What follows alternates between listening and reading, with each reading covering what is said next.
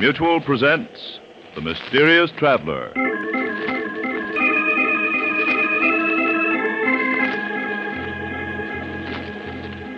This is The Mysterious Traveler, inviting you to join me on another journey into the realm of the strange and the terrifying. I hope you will enjoy the trip, that it will thrill you a little and chill you a little. So settle back, get a good grip on your nerves, and be comfortable, if you can, as you hear the story I call They Struck It Rich.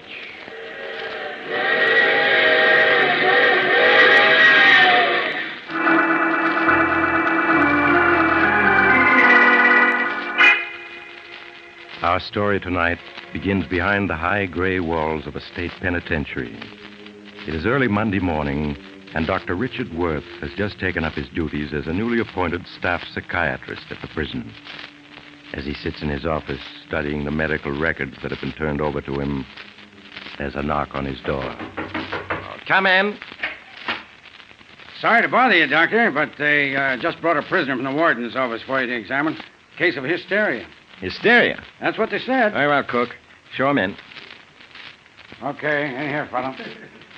That's a hot one, really a hot one. Me, Frankie Williams, on top at last. I'm a big shot. Here's his medical record, Doc. Well, thanks, Cook. That'll be all. Yes, sir. All right, sit down, Williams. Williams, sit down. That's better.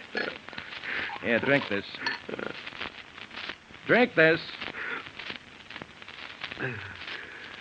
Now, let me see. Frank Williams, age 34. Uh-huh. How do you feel now, Williams? I'm okay now, Doc. I guess the news was too much for me. Everything's going to be all right now. You know what I mean. You take care of me, Doc, and I'll take care of you. I see. Williams, tell me about yourself. What do you want to know? Well, anything you feel like talking about. Tell me about your childhood. How you happened to be in prison. Well, when I was 14, I was sent to reform school for knifing a guy. When I was 18, I got a 4 to 6 year stretch for a stick-up. Mm-hmm. Well, why are you in prison now? You mean you don't know? I'm afraid not. Doc, 6 years ago, my picture was in every paper in the country. I was famous. Well, 6 years ago, I was in a Japanese prisoner of war camp, so I'm not familiar with your exploits. Why don't you tell me about it? Sure, Doc. It all began back in 41, about a month before Pearl Harbor. I'd just gotten out of the big house on parole, and I managed to land a job as a sandhog on a tunnel that was building under the East River between Brooklyn and Manhattan. Well, one day I'm knocking off for work when I hear my name being called by...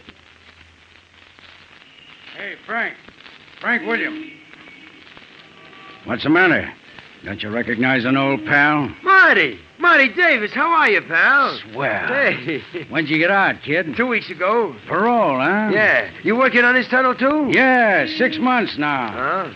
Frank, you're just the boy I'm looking for. What's up? Ever since I got out, I've been working on a little idea of mine. It'll take 2 guys, and the haul will be at least $100,000. Oh, nothing doing, Marty. What do you think I took this job for? I'm a 3-time loser. One more rap and they'll send me up for life. Look, kid, ain't I in the same boat? I'm a 3-time loser, too. And you ought to have more sense. From now on, I'm going straight. I'm not going to risk getting a life sentence. But, Frank, this idea of mine, it ain't any cheap stick-up. It's something big. And there's enough dough in it so that we can retire for the rest of our lives. Nothing doing. Ain't you even interested? No. They sure got you scared of that life sentence, ain't they? Yeah. So long, Marty. See you around.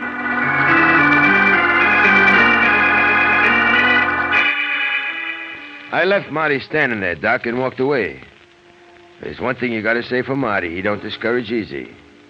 Day after day, he'd be waiting for me when I knocked off work.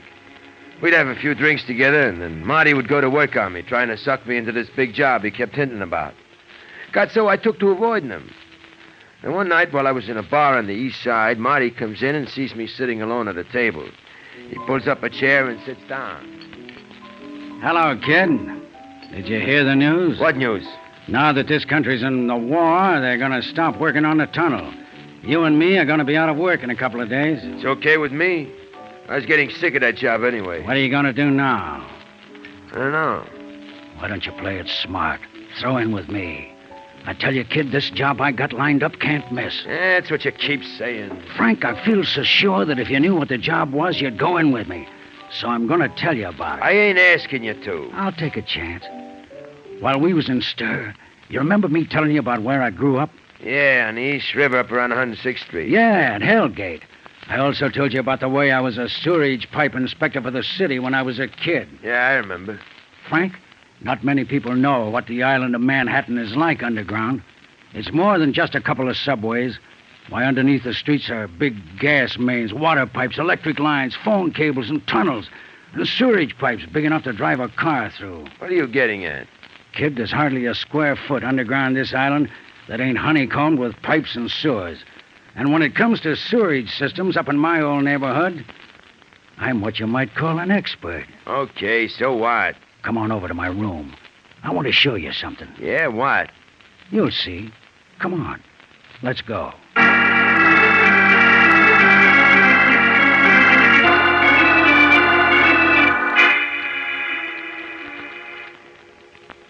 Give me a hand unrolling this map, will you? It's pretty big. Okay.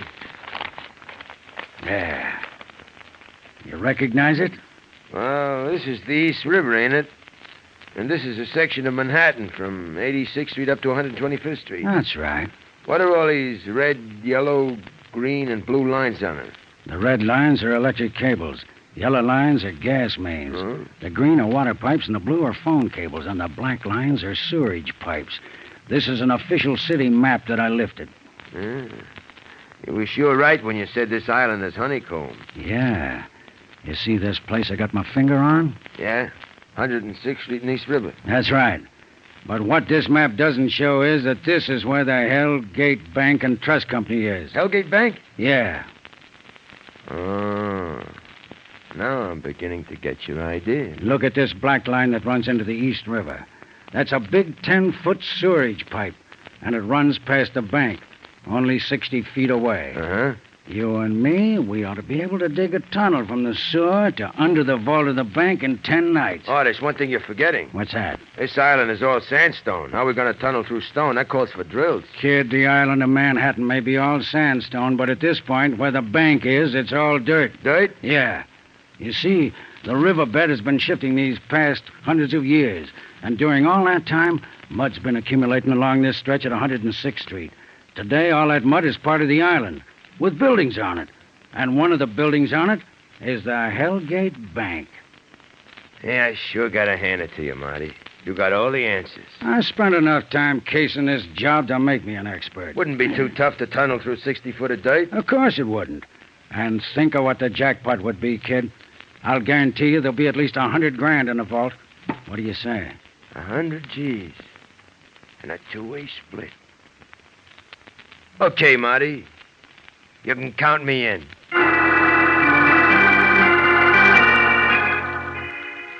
A few days later, Marty and me moved into a basement cold water flat a block away from the bank.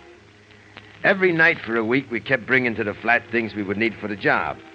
A two-man rubber raft, shovels, pickaxes, flashlights, tape measures, small boards for shoring up the tunnel. No college engineer ever cased the job better. A couple of weeks later, Marty and me figured we was ready. We waited until a dark night, then we took the rubber raft, shovel, and a pickaxe and left the flat. We went to the rear of the old tenement house where there was a manhole that led down into the sewerage pipe. We eased the manhole cover off, and Marty started down the ladder. I handed him the stuff, and then I followed, after pulling the cover back on the manhole. 15 foot down, Marty was standing on a small ledge. The water swirled past a little below the ledge. Frank, hold the raft while I fill it with air. Okay, Marty. Now, where'd I put that tube? Ah, here it is.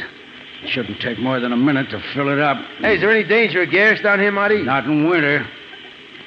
Boy, that water's sure running fast. Yeah. We'll have to be careful or we're liable to be swept out to the river. Okay, Frank, she's all filled up. I'll drop the raft into the water and hold on to it. Right. Ah, just wait until I tie the end of this rope to the ladder. There. Now get in, kid. Yeah. That's it. Now hold the raft steady while I get in. Easy does it, Marty. I'll play this rope out nice and slow, and we'll float down to the right spot. Here's the first knot on the rope, and that's 50 feet. 100. 150. 200. This is it, kid. Right here. Okay, Marty. Now try to hold the raft as steady as you can while I break into the wall with this pickaxe.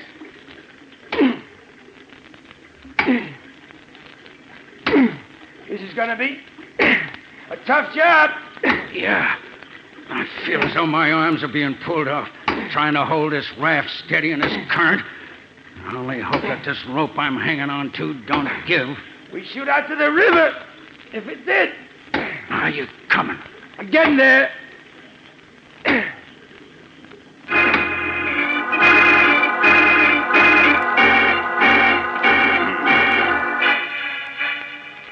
That night, we broke through the concrete wall and reached dirt. The second night, we tunneled through 5 feet, slanting it upwards so that if the water in the sewer rose, our tunnel wouldn't be flooded. The third night, we dug another 6 feet, shoring up every other foot so there wouldn't be any cave-in. Night after night, we worked. And soon the tunnel was slanting down sharply so as to end up under the floor of the vault. While one of us dug, the other would get rid of the dirt. On a Wednesday night, exactly 2 weeks from the time we'd started, we figured we were under the vault of the bank. Marty and me rested up a couple of days. Then on Saturday afternoon, we went over our plans for the last time. Well, this is it, Frank. Tonight's the payoff. At about 9 o'clock, we'll leave. Yeah, it shouldn't take us more than an hour to burn through the floor of the vault. You know what those old bank vaults are like. The sides and top are a couple of feet thick, but the floors are always thin. Sure. We won't have much trouble. We should have the vault cleaned out by midnight. We'll spend the rest of the night getting rid of the equipment. The river, huh? Yeah. Then we'll go over this flat with a fine-tooth comb. Make sure we ain't leaving anything behind. And we'll wipe down the whole place so the cops won't find any prints. By tomorrow morning, we should be ready to travel. That's right. When the bank opens Monday morning, we'll be in the hideout upstate. A few months there, the heat'll be off. And then you and me, kid, are gonna have ourselves a time. We sure are, Marty. Okay. We'd better try to grab a couple hours shut-eye. We got a tough night ahead of us.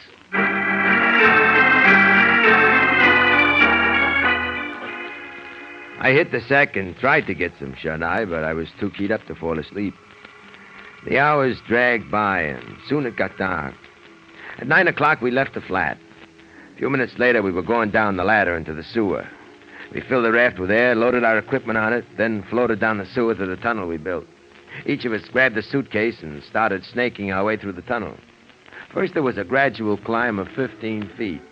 Then the tunnel sloped sharply for 50 feet, with us ending up under the vault. Marty got out the tools and scraped away the last foot of dirt, exposing the floor of the vault. Then I got to work with the acetylene torch. It was tough working in a 3x4 hole. A half hour passed, and I was still burning my way through. How's it coming, Frank? Won't be long now, Marty. The air is sure foul in here. Yeah, it's hard to breathe. I think that does it. Hand me the pickaxe, Marty. Here you are, kid. Just a couple of taps, and this piece of floor should give...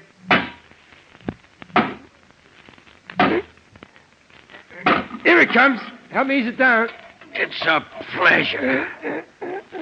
There. Okay, kid. Up you go. You got your flash? Yeah, I got it. Hey, Marty. I'm in the vault. We came up dead center.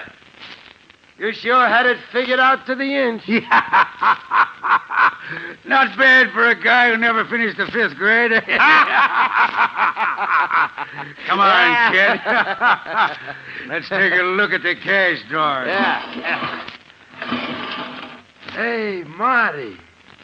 Look at it. The whole drawer is full of bundles of bills. There must be 100 G's here. That's only part of it. Now remember, no new bills and nothing smaller than 20. Okay, Marty. I'll get the suitcases.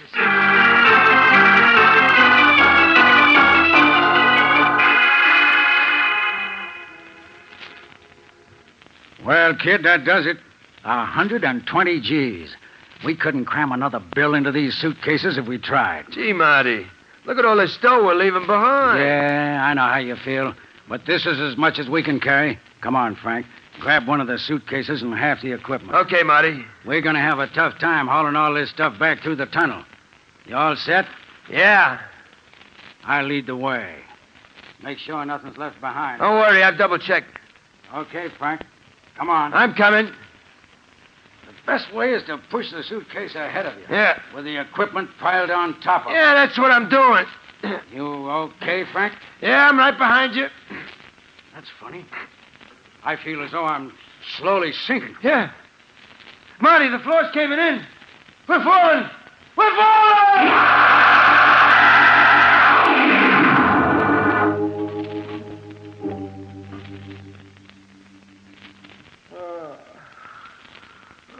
Marty. Marty, where are you? I'm over here.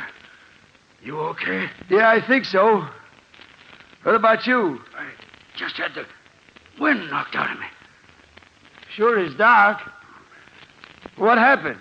The floor of our tunnel caved in. Yeah. I wonder where we are. You got your flashlight? No, I dropped it when I fell. Yeah, so did I. Feel around, Frank. Should be near you. Okay, Marty. This would happen to us just when we hit the jackpot. Yeah. What lousy luck. You find it yet? No, the ground here is just mud. Soft mud and puddles of water. Frank, I found my flash. Does it work? Wait a minute. Yeah. Now let's have a look at this place. It's a small cave. Yeah, you're right. Wait till I shine the beam on the ceiling. Marty, look. There's the hole in the ceiling where we fell through. Yeah, that was a 30-foot fall. If we hadn't landed on mud, we'd really been banged up. Without a ladder, we'll never be able to reach that opening in the ceiling. Yeah, I know. Now, let's see what the rest of this place looks like. Ain't very big, is it? There's nothing but mud walls. Marty, we're trapped. Take it easy, kid. It ain't that bad. We still got our tools, the torch, and most important of all, the dough. A lot of good that'll do us if we don't get out of here. We'll get out. Give me that pickaxe. What are you going to do? I want to see what this wall is like. This is the river end, all right. Nothing but mud. Now, this is what we're going to do, Frank. We'll dig in about 5 feet or so, and then we'll start tunneling our way up. 60 feet? That'll take us a week. Well, I'm hoping we'll run into a shaft or something. It's our only chance, kid. Yeah, I guess you're right. Now, hold the flash for me. That's it. Now, shine it against the wall while I start digging.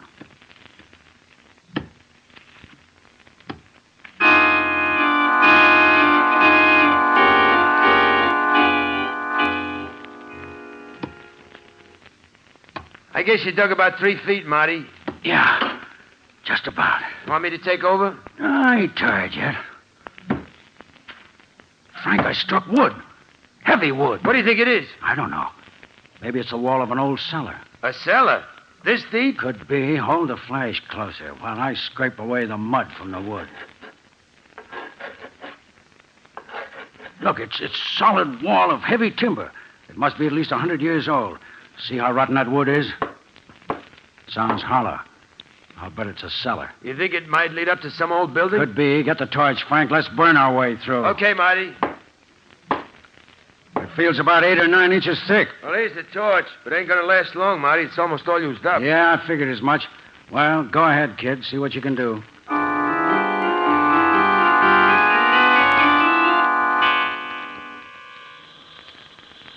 Yeah, just about got it, Marty. Good. Oh, there goes the torch. It's out. Now we'll have to break in the rest of the way. Yeah, hold the flash, kid, while I use the pickaxe. That's it.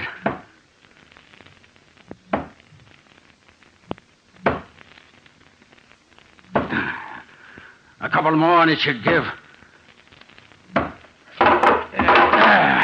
We got an opening. Give me the flash, Frank. Here you are. What do you see, Marty? Looks like a room of some sort. The floor's about 3 feet down. covered with mud. I'm going to climb in. Come on in, Frank. I'm coming. Hold the flash this way. The air in here is sure musty. I'll shoot the beam around so we can see what this place looks like. What's the matter with you? Marty, didn't you see it? Over there in the corner. Something white. It looked like a skeleton. A skeleton? Yeah, you're right. Let's take a look at it. Marty, I want to get out of here. I don't like this. Get hold of yourself, will you? Well, look at this. A sword. A sword? Yeah, and an old one, too. And the skeleton, it has the remains of a uniform on it. Frank, this ain't no cellar. We're on a ship. A ship? Yeah. This is a cabin we're in. But what would a ship be doing here? Back in the old times, the East River at this point was dangerous to sailing ships. That's how it became known as Hell Gate. So many ships used to sink at this part of the river. And this is one of the ships that sank in Hell Gate? Yeah. It probably sank over 100 years ago. And the tide swept it along the bottom of the river to this bank. As the years passed, the wreck became covered with mud. The riverbed changed, leaving it behind. You mean this wreck is buried under the East River shore? Yeah, that's what I figure. There ought to be a door somewhere in this cabin, leading to a passageway. You see it? No. Then the walls are so covered with mud, it's hard to tell. Yeah. Wait a minute. There may be a door here. Hand me the pickaxe. Here you are. It's a door, all right. And here's the handle.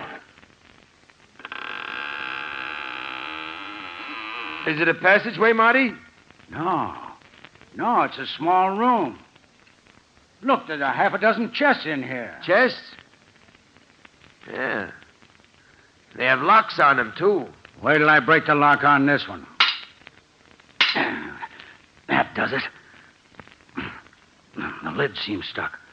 Help me lift it. Okay. Now lift.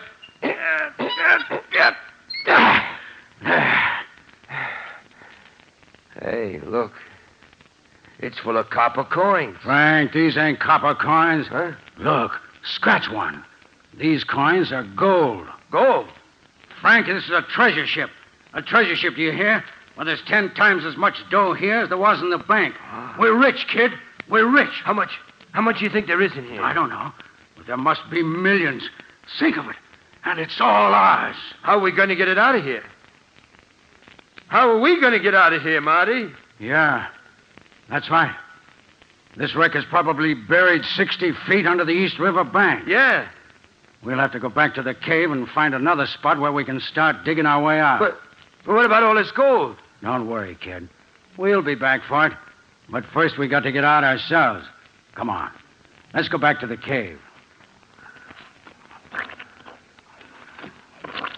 Yeah. The air is sure better in the cave. Yeah. Now, let's try one of these other walls. You start digging, Frank. Okay, Marty, you just...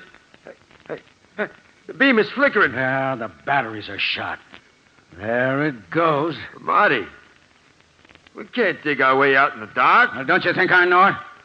It looks like the game is over, kid. Well, you may as well sit down and take it easy. But we just can't stay here in the dark. You got any better ideas? No. Guess not. What's going to happen to us, Marty? Come Monday morning, the cops will be swarming all over the bank. They'll find the tunnel we dug under the vault. Then they'll find us. Probably some fat sergeant will fall through the tunnel and land in our laps. And the 120 G's and all the gold we found? Well, the bank will get back the 120 G's, and as for the gold we found, your guess is as good as mine. That's a hot one. We hit the jackpot twice in one night to the tune of millions, and we end up behind the 8-ball. This is really a hot one. All that has to happen now is for that fat sergeant to fall through the tunnel and land in our laps.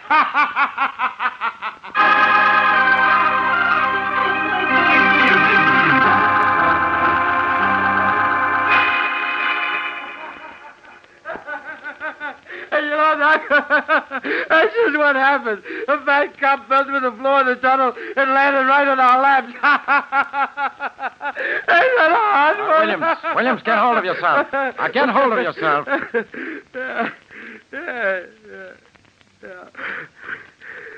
I'm okay, Doc. I'm All right. okay. What happened after the police found you in the cave? Well, Marty and me led the cops to the wreck. You should have seen their faces, Doc, when they saw the gold. And the wreck you discovered, what ship was it? You mean you didn't read about it in the papers, Doc? Back in January of 42? Why, it was in all the headlines. I told you that at the time I was in a Japanese prisoner of war camp. Oh. Well, Doc, that wreck that Marty and me found buried in the mud was the British treasure ship Hussar, which sank in the East River at Hellgate on September 13, 1780. British treasure ship, huh? How much gold was it carrying? £1 million in gold, Doc. That's over $4 million. $4 million? Yeah. The gold was sent over here to pay off the British soldiers who was fighting the Americans during the Revolution. I see. Marty and me heard all about it while we was waiting to go on trial for robbing the Hellgate Bank. I see by your record here you were found guilty and received a life sentence. Yeah, me and Marty both. The Hellgate Bank robbery made us 4-time losers.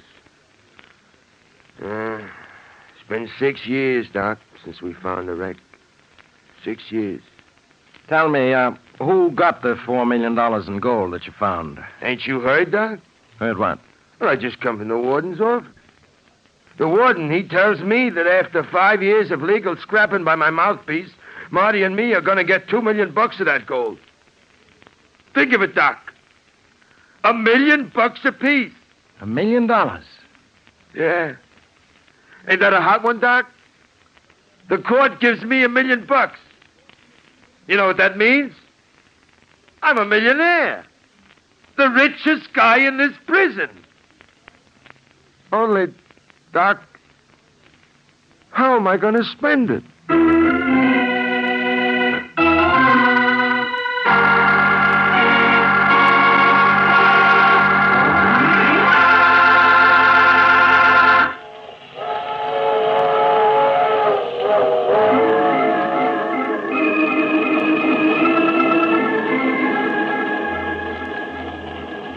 This is the mysterious traveler again.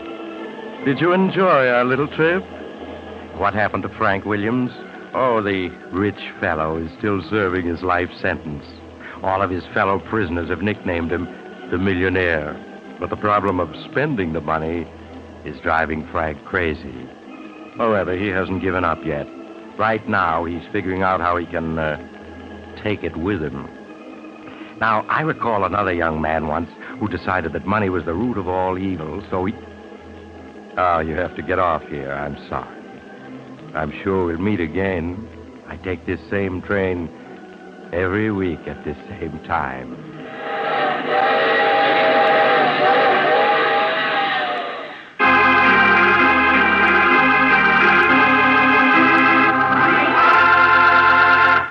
You've just heard The Mysterious Traveler, a series of dramas of the strange and terrifying. All characters in tonight's story were fictitious, and any resemblance to the names of actual persons was purely coincidental. In tonight's cast were Maurice Tarplin, Joe DeSantis, and Frank Thomas. Original music by Paul Taubman. The Mysterious Traveler is written, produced, and directed by Bob Arthur and David Kogan. Listen next week to a tale titled 7 years to wait. Another strange and suspenseful tale of the mysterious traveler. This program has come to you from our New York studios.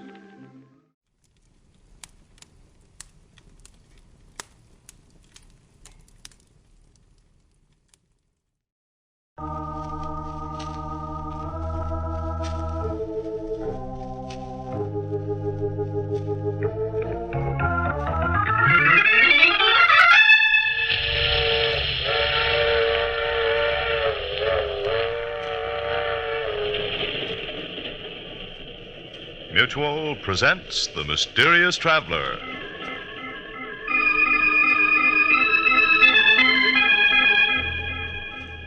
This is the Mysterious Traveler, inviting you to join me on another journey into the realm of the strange and the terrifying. I hope you will enjoy the trip that it will thrill you a little and chill you a little. So settle back, get a good grip on your nerves, and be comfortable, if you can, as you hear the story I call Murder in Jazz Time.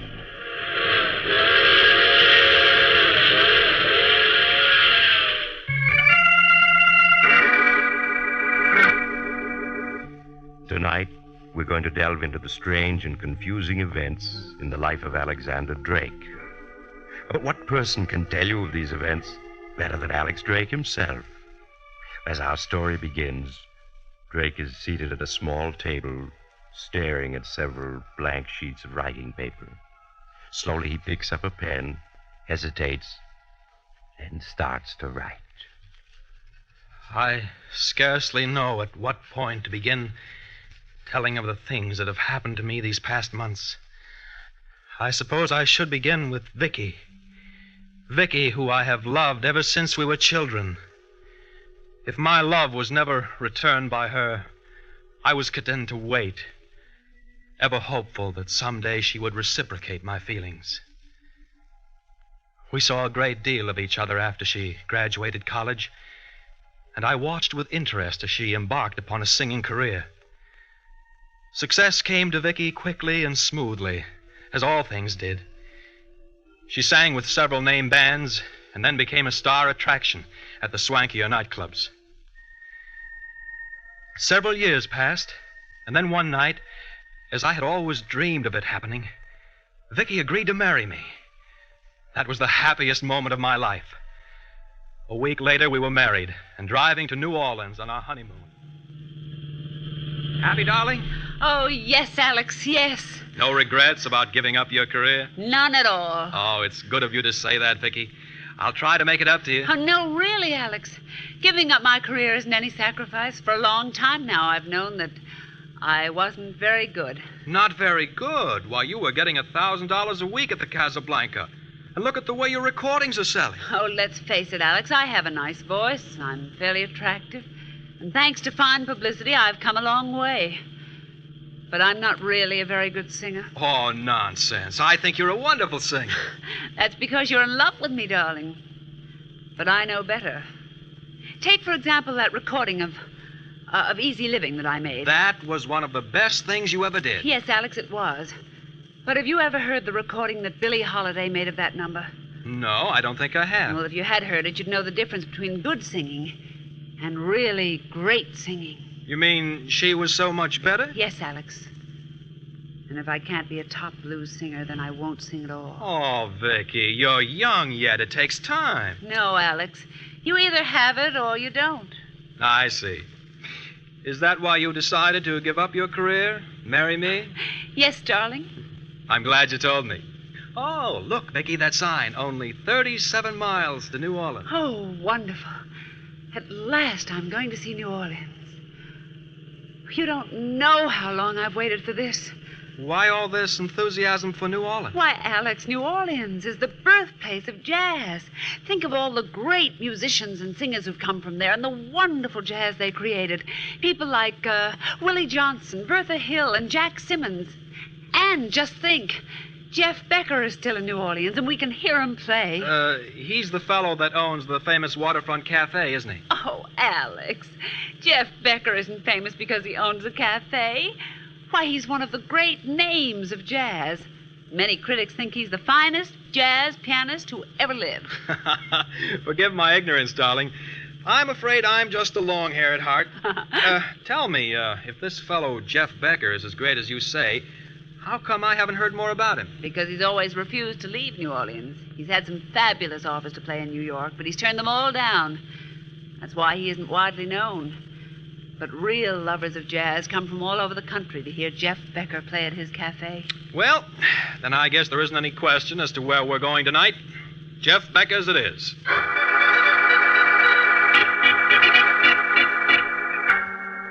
An hour later, we were in New Orleans and registered at a hotel. Early that evening, Vicki and I had supper at Antoine's, and then we left for Jeff Becker's cafe. As we drove, Vicki was unable to hide the excitement she felt. Jeff Becker's cafe turned out to be a long, rambling, shabby building with a balcony that ran the length of it and hung over the river. The inside of the cafe was as unpretentious as the outside. There were 40 ancient tables or so, a small bandstand, and an equally small dance floor. A mahogany bar ran the length of one wall with a long mirror behind it reflecting the shabbiness of the cafe. As we were seated, a few musicians began to drift in and take their places on the bandstand. Vicki whispered excitedly to me the names of the musicians, whom she seemed to know without ever having seen before. And suddenly Vicki clutched at my arm. Alex, look. There's Jeff Becker. Where? There he is, walking towards the piano. That little sandy-haired man? Yes. That's Jeff Becker. I stared at him and felt somewhat disappointed. For no good reason whatsoever, my imagination had led me to see Jeff Becker as an impressive-looking individual, whereas in reality he was a slight man, being no more than 5'5", with a plain, undistinguished-looking face. He looked a good deal younger than the 50 he was reputed to be. There were 2 very attractive-looking women with him, both of whom followed his every move as he sat down at his piano. The talk and the laughter in the cafe died out, and Jeff Becker and his men began to play.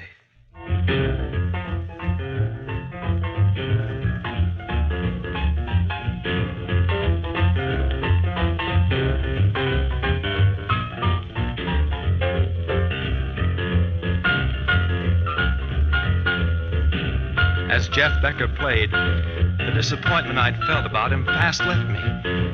As he sat there at the piano playing smoothly, effortlessly, he was no longer a small, slight man with a plain face. There was a warmth and greatness about him, and even I, who was no lover of jazz, could sense the genius of Jeff Becker.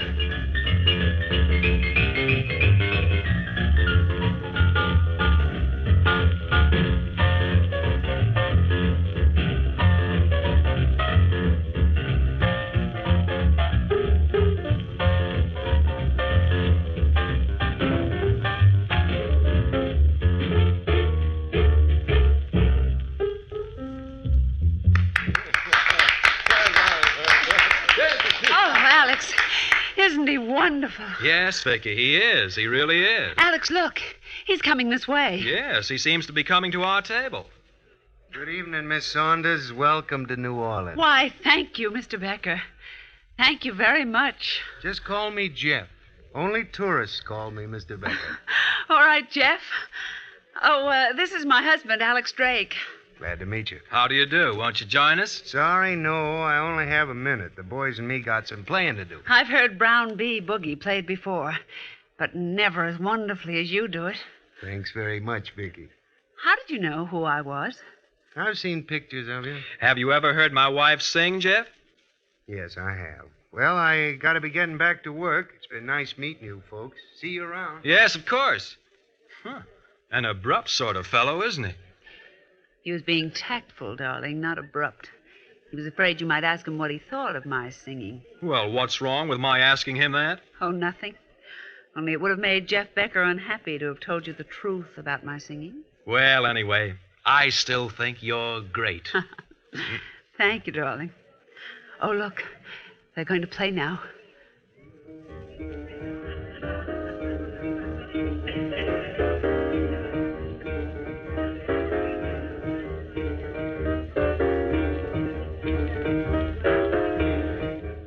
We sat listening to the magic of Jeff Becker's music for hours. When I suggested to Vicki that we leave, she refused, insisting that we remain until closing time, which was 4 a.m. The next evening found us once again at Jeff's cafe, and again we remained until closing. Try as I might, I couldn't get Vicki interested in the sights of New Orleans and the fascinating swamp country nearby. Night after night, despite my protests, we would end up at Jeff's cafe. Life to Vicki came to revolve around these nightly visits, and all else seemed unreal to her. Soon, even I lost track of time. Weeks passed, and then one night at closing time, Jeff Becker came over to our table. For the first time since the night we'd met. Howdy, folks. Glad to see you still with us. Hello, Jeff. Well, how do you folks like New Orleans? Having a good time? Frankly, we've seen very little of New Orleans outside of this cafe. Well, just between us, there ain't very much more to see. I agree. Oh, dear, it's closing time already. No sooner do we get here than it's time to go home. Well, if you'd like to hear more music, why not stay on? The boys and me always have a small session after closing hours. Well, thanks very much, Jeff, but I'm afraid that we really must be... we'd love to stay on, Jeff. It's wonderful of you to ask us. Glad to have you. See you around. Vicki, enough is enough. We've been here since 9 o'clock. Alex, you don't understand. It's an honor to have Jeff ask you to stay on. Few people get that invitation. Well, I'm duly appreciative, believe me, but 7 hours is enough of this place for one night. Now, come along, Vicki. Let's go back to the hotel. No, I want to stay for this session. Vicki, I think I've been more than reasonable. Coming here night after night for weeks. Now it's about time I got my way. I insist we leave. I won't go, I tell you. I'm staying here. If you want to go back to the hotel, don't let me keep you. As Vicki screamed at me, for a brief flashing moment, I almost imagined I'd seen hate in her eyes. The shock of that moment was like a revelation. Suddenly, I realized that Vicki had changed, that I was losing her.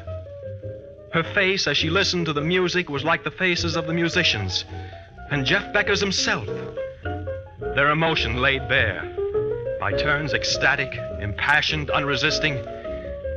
I was an outsider looking in on a way of life of which I could never be part.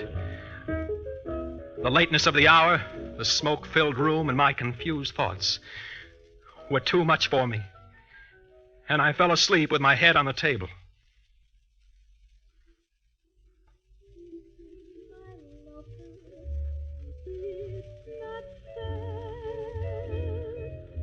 I have no idea how long I slept, but when I awoke, it was daylight. I became aware of a woman singing. I looked up. I saw it was Vicki. Vicki standing by the piano, singing to Jeff Becker. Since it is a dancing floor just for my love.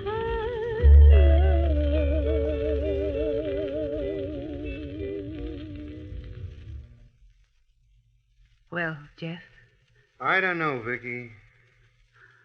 what's wrong? Hard to say. Oh, Vicki, jazz was born in these parts. And it came from the people. The people who worked on the levees, the river sidewheelers, and in the fields. It was part of the bone and flesh of old-timers like Willie Johnson and Joe Fletcher. They played jazz the way it was in their hearts. A singer like Chippy Hill just stepped up, clapped her hands, and gave out with the blues. That's what made it great. They played and sang as they felt. I see. Second-rate musicians picked up something that was fine and clean and took it to the big cities in the north. But they weren't playing for the sake of music. They were playing for greenbacks. And is that what's wrong with my singing? Afraid so. I reckon you had too many teachers, Vicki, and they all taught you to sing by the book. It may be popular, but it ain't good. Do you think it's too late to go back? Hard to say, Vicki. Do you want to start all over? Oh, yes, Jeff, yes. Would you let me stay on here and sing with your band? Well, if you feel... No, Vicki. Alex! You're not singing with the band. We're leaving New Orleans at once. Alex, be reasonable. You It's know... no use, Vicki. We're leaving New Orleans today, and that's final.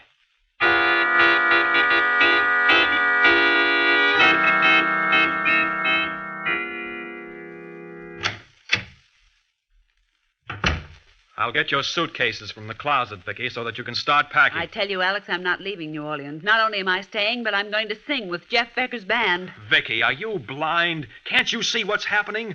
You're losing all sense of perception, of values. Life to you has come to mean only Jeff Becker's cafe. I don't care. That's where I belong, where I really feel alive. If you loved jazz, felt about it the way I do, you'd understand. I do understand, but there are other things besides Jeff Becker and his music. Not for me, there aren't. Now, here's a suitcase. Start packing. It's no use, Alex. I'm not leaving. You'll have to choose between Jeff Becker and myself, Vicki. Well, I'm sorry it's come to this, Alex. but I'm still going to sing with Jeff Becker's band. It was at that moment I knew that I had lost Vicki.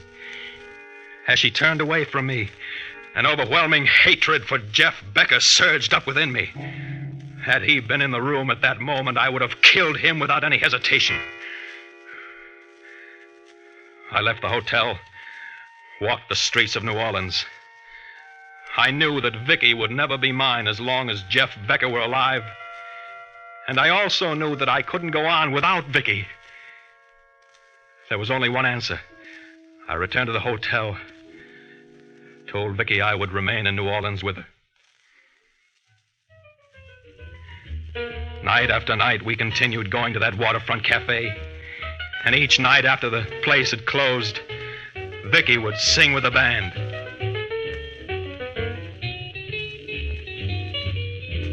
There'll be no one unless that someone is you. As I listened to Vicki sing, even I, who knew very little of music, could sense that her singing was superb. The musicians in the band looked at her approvingly and accepted her as one of themselves. Under Jeff Becker's almost hypnotic guidance, she sang with warmth and feeling. And as much as I hated Jeff Becker, I couldn't help but admire his genius for bringing out talent. The music ended, and Jeff rose from the piano and patted Vicki on the shoulder encouragingly.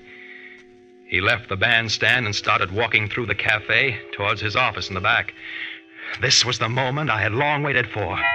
I quickly eased out of my chair, which was in a darkened part of the cafe, and slipped out into the balcony. I then ran quietly along the balcony until I reached the French door that opened into Jeff Becker's office. I got there just as Jeff sat down at his desk. He was alone. I opened the door and stepped into his office. Oh. Hello, Alex. What can I do for you? I've come for my wife. Your wife? But Vicki isn't in here. Vicki is wherever you are, and I can't have that, Jeff. She's got to be mine. She is yours. You know that. No, she belongs to you now. She said as much. As long as you're alive, Vicki will never be mine. I know that. You're wrong, Alex. Believe me. It's music. She's got to be mine. She's got to be. Alex, don't.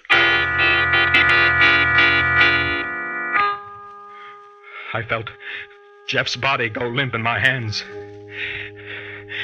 And I knew he was dead. I quickly picked up his slight body in my arms and carried it out to the balcony. There was no one in sight. I leaned over the balcony rail and dropped Jeff's body. It fell into the river with a small splash and was gone. I quietly walked to the other end of the balcony and slipped into my seat in the darkened cafe. The musicians and Vicki were still on the bandstand talking, and I knew they hadn't missed me during the few minutes I'd been gone. The ordeal was over. A week passed, and Jeff Becker's disappearance was the talk of New Orleans. The police questioned everyone, but were unable to solve the mystery. Vicki was inconsolable and locked herself in her room at the hotel, refusing to see anyone. Who is it? It's Alex, darling. Please let me in. Darling, you can't stay in your room like this day after day. You know it isn't good for you. Vicki, let's leave New Orleans. Go to New York. No, I'm going to wait until Jeff comes back. Vicki, Jeff isn't coming back. What? What do you mean? A body was found floating in the Gulf this morning. The police think it's Jeff's body. Oh, no! After a week in the water, naturally, it was hard to identify. Jeff! Dead? Yes, darling. It's in all the papers. Oh, Alex! You mustn't cry, darling. Here, let me wipe your tears. Don't you think it would be better if we left New Orleans? All right, Alex. Anything you say.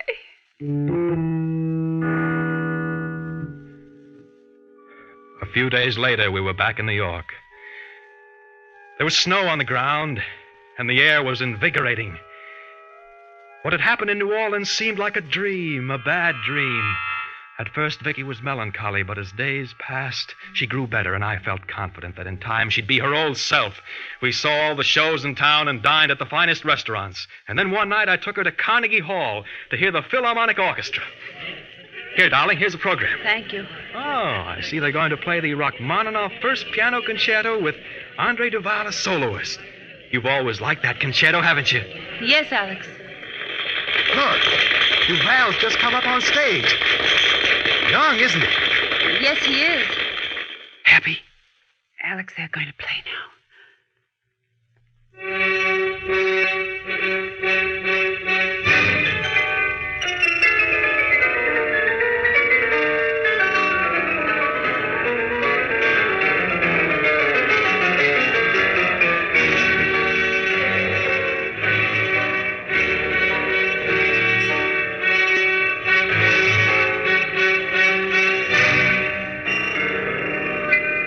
As I sat there in that great concert hall listening to the orchestra, I became aware of discordant playing. I looked at Vicki, at other concert goers, but none seemed aware of it. The discordancy grew. And then suddenly I realized it wasn't the music of Rachmaninoff I was hearing. It was the music of Jeff Becker, being played faster and faster, louder and louder. I fought the impulse to scream out. As I put my hands to my ears, I became aware of my arm being shaken. It was Vicki. Alex, what's the matter with you? Vicki, the music. Listen to it. Alex, be quiet. Everyone is looking at us. I can't stand it anymore. Let's get out of here. All right, Alex, but please be quiet. Everybody's looking at us. Hurry, Vicki, hurry.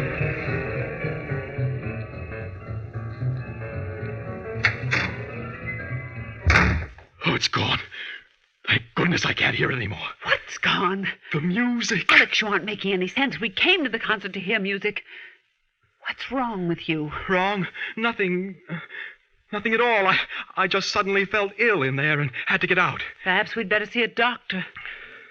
You look so pale. No, I'm all right now. Are you sure? Yes. Let's go home now, Vicki, huh? All the way home, I kept thinking of the amazing hallucination I'd had. Obviously, it was the result of the mental strain I had undergone in New Orleans. But with sufficient rest and relaxation, I would soon forget the horrible events that had occurred there. Arriving home, I went to bed, but found it difficult to fall asleep. Hours later, I drifted off into an uneasy sleep, and then I started dreaming. I dreamt that I was in Jeff Becker's cafe, and the only people there were Jeff and myself. He was seated at the piano playing, smiling at me. I walked over to the bandstand, and he spoke to me. Hello, Alex. How do you like this number? Pretty good for a dead man, huh? You can't play if you're dead. Yes, I can, Alex. You hear my music, don't you? Yes, I do. You're always going to hear it, Alex, always, because my music will never die. Even if you did kill me, it'll go on and on. No! Stop! No! I don't want to hear it! Stop! Stop! Alex, wake up! Alex, wake up! Wake up! Alex, what is it? What is it? You were having a nightmare.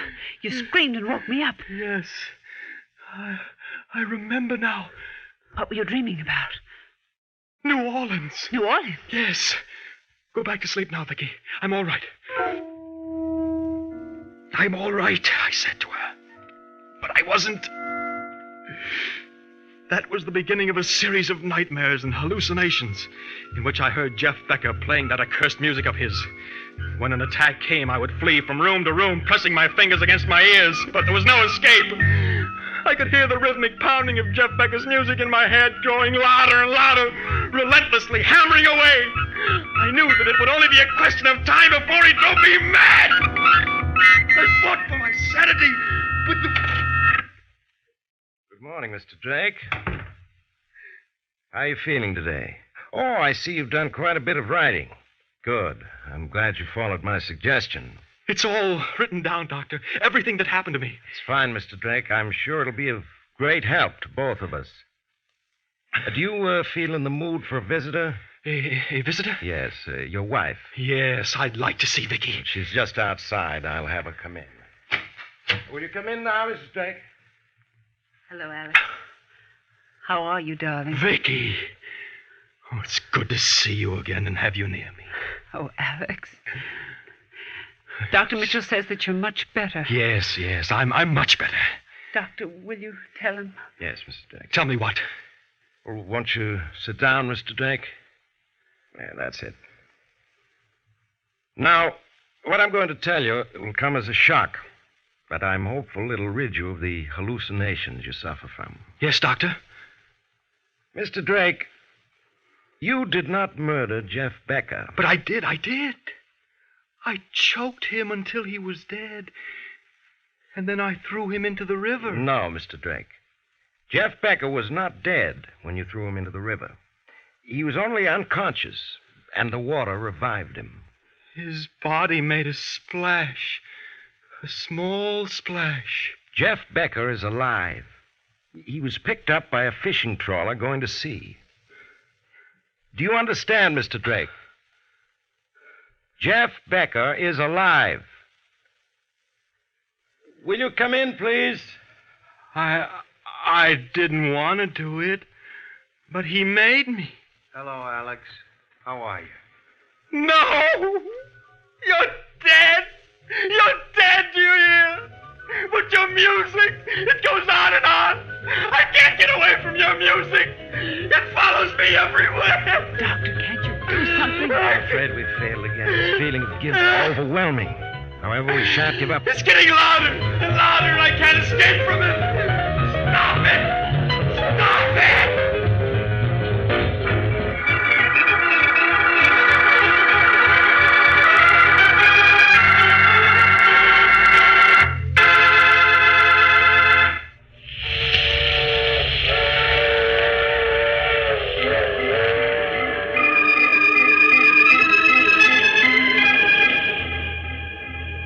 This is the mysterious traveler again. Too bad about poor Alex, wasn't it? It just goes to prove you may be able to escape the law, but there's always your conscience to reckon with. But what happened to Alex? Oh, he finally responded to medical treatment, and today he and Vicki are a very happy couple.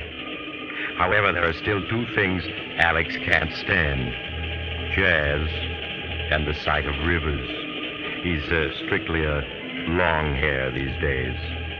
Now, I recall another young man once who decided that two murders are better than one, and so... Oh, you have to get off here. I'm sorry. But I'm sure we'll meet again. I take this same train every week at the same time.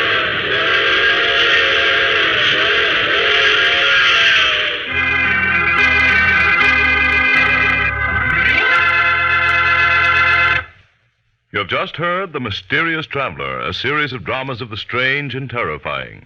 All characters in tonight's story were fictitious, and any resemblance to the names of actual persons was purely coincidental.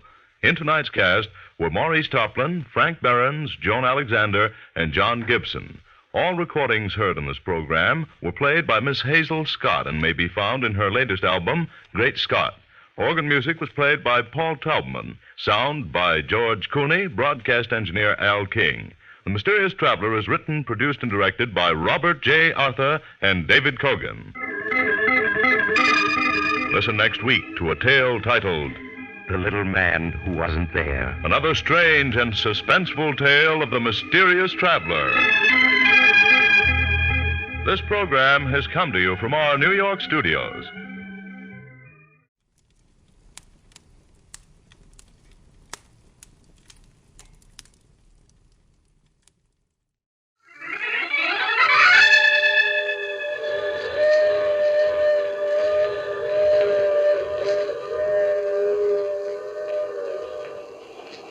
Mutual presents The Mysterious Traveler.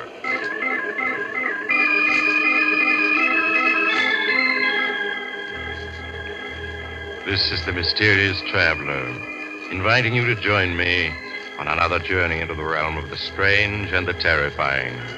I hope you will enjoy the trip, and it will thrill you a little and chill you a little. So settle back, get a good grip on your nerves, and be comfortable, if you can, as you hear the story I call I Won't Die Alone.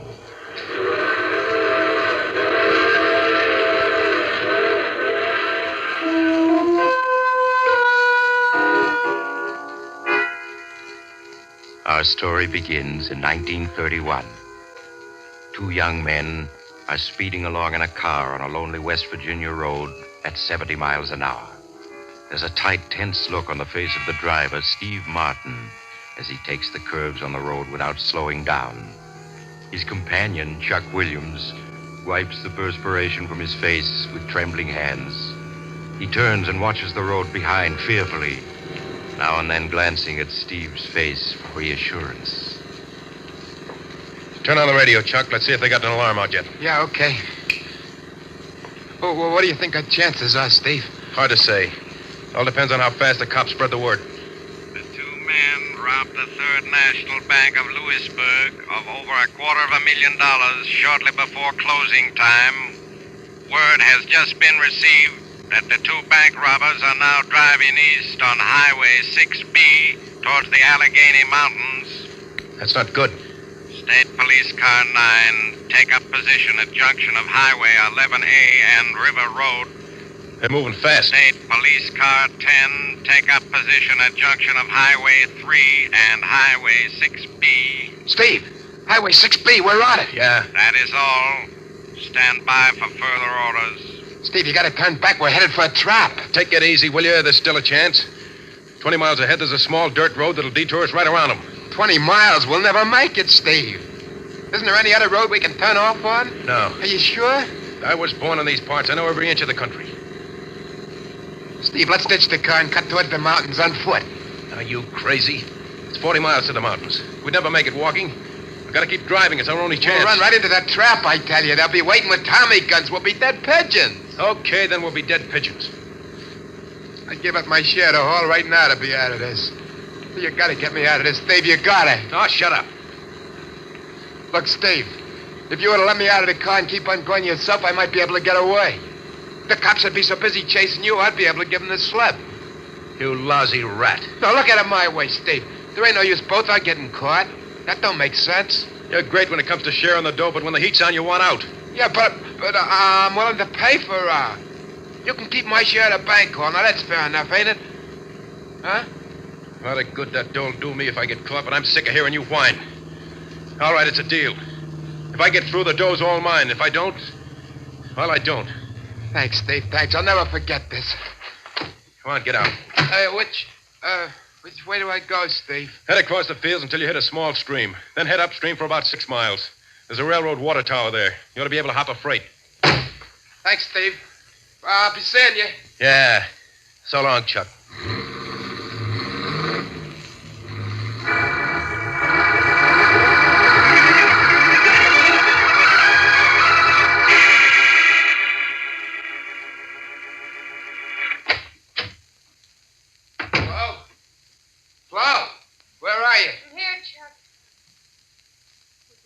You'd show up.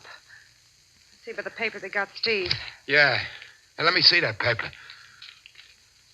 says here they caught him yesterday afternoon at 5.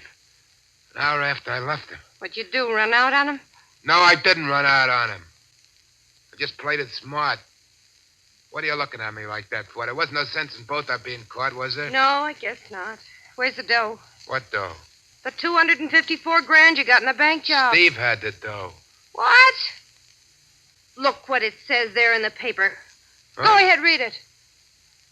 Martin, when captured, told police he knew nothing about the stolen bank money.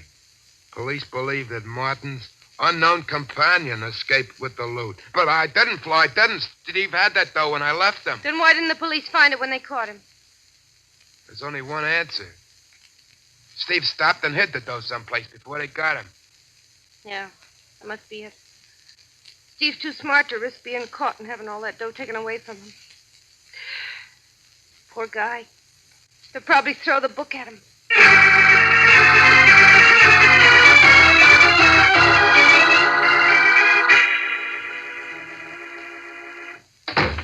you been so long? What happened at the trial? They give him 25 years. 25 years? Mm-hmm. How did he take it? He didn't bat an eye. Maybe he'll think things over and squeal on me. Oh, stop sniffling, will you? Steve isn't the kind of a guy to do anything like that. Yeah, sure. Why should he want to squeal on me? Besides, if he did, the cops would find out that I didn't have the bank, though. That it's Steve who got it. He wouldn't want that to happen. Sure. Why, with good behavior, he'll be out in 18 or 19 years. Then he'll have all that dough hid. I'd rather have the 18 or 19 years than the dough. Well, it's been nice knowing you, Chuck. Hey, wait a minute, Flo. Don't go. What? Why not stick around? We'd make a good team. We don't need Steve. We don't, huh? And just what would I get sticking around? You haven't got brain, muscle, or dough.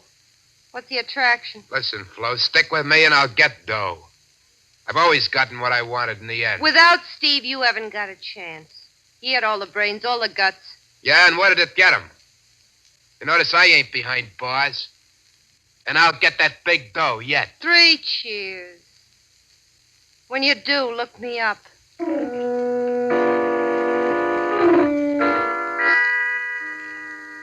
17 years passed. 17 years in which earth-shaking events took place. With the passing of time, Steve Martin became just a memory to Chuck Williams and Flo Duval. During the 30s, Chuck struggled desperately to make money in a half-dozen petty rackets, but failed miserably. However, with the coming of the war, his luck changed, and in the years that followed, he thrived on the black market. And with his newfound wealth, he was able to win Flo Duval. 1948 found Chuck Williams a happy, prosperous citizen without a care in the world. How many times have I told you to knock before you come into this office? Look, Napoleon, save that big shot stuff for your stooges. Same old Flo. I guess that's what I like about you, baby. Yeah, I'll bet. Well, you've got that superior look on your face again. Who are you planning to knife now? I just got word that our old pal, Steve, is getting out of prison tomorrow. Steve Martin? The one and only. It's been 17 years now. It's a long time. Yeah. Think I'll drive down to the prison. Be there when Steve gets out. What for? You haven't bothered to write or visit him since the day he was sent up? I know. But, there's a matter of unfinished business between the two of us. Unfinished business? Yeah. To be exact, 254 grand. You mean you're going after that dough that Steve has stashed away? That's just what I mean. But you gave up your share of that bank dough the day you and Steve separated. Man can always change his mind. Chuck, leave Steve alone. That money by rights is his. He paid 17 years for it. Besides, you don't need it. You got more dough than that already. Maybe so, but that isn't going to stop me from getting that 254 grand. And you ought to know by this time I always get what I go after. I got you, didn't I, baby, huh?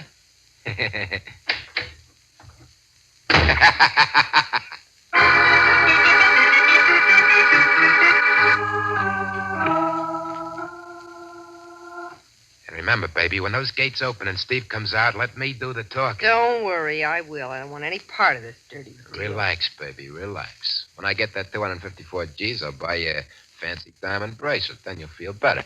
Hey, boss, they're opening the gate. Is that him? No. Steve's twice as big as that guy. Chuck, that is Steve. Can't be. That guy looks at least 6. You're right. That is Steve. Stay in the car. Hey, Steve. Steve, over here. What's the matter? Don't you remember an old pal? Oh, Chuck. Well, I didn't recognize you at first. Put it here, pal. Yeah. I guess I'm kind of surprised to see you after all these years. Well, I've been living in South America most of the time. Only got back a year ago. I know I should have written you, but I never was any good at that. Boy, yeah, sure smells better out here. Come on. Let's get in my car. I got a surprise for you. Huh? Surprise? Yeah. You remember Flo Duval, don't you? Well, there she is. Hello, Steve. Hello, Flo. Hey, it's nice seeing you again. Come on, Steve. Get in. We're driving you to town. Thanks, Chuck. Okay, Felix, back to town. Right, boss. don't look well, Steve. It's just this prison parlor, Flo. And 17 years. Well, that's all behind you now, Steve. A few weeks of good rest and good food. You'll be a new man. I'd like to believe that. Just take my word for it. I'm never wrong. Well, you seem to have done all right, Chuck. Yeah, not bad. I own a nightclub, a bowling alley, used car business, a couple of apartment houses.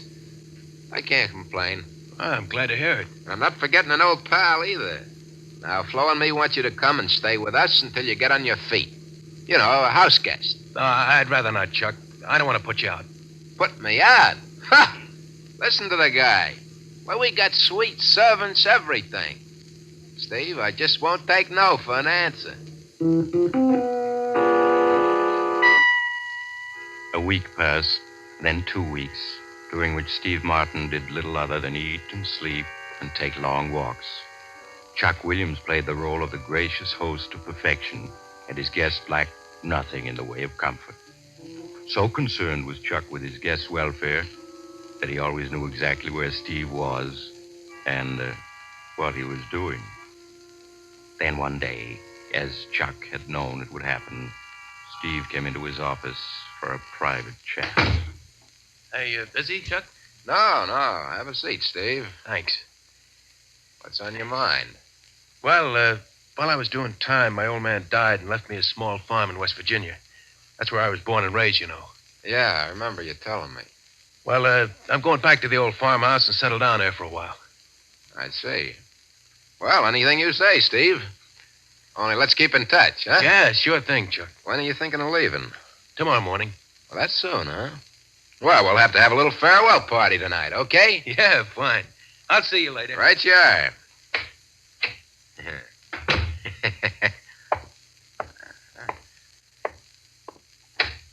Felix, come in here. What's up, boss? My pal, Steve, is getting ready to make his move. Guess he can't wait no longer to get his hands on that dough. Looks that way. He's leaving tomorrow morning for a small farm he's got in West Virginia. West Virginia, huh? Yeah. Farmhouse can't be more than 30 or 40 miles from where he stashed the dough. Is there any chance he might have hidden it on the farm? Nah. Cops caught him before he got that far. He hid that dough someplace off Highway 6B. How many of the boys you want me to take along? Take 4. I don't want any slip-ups.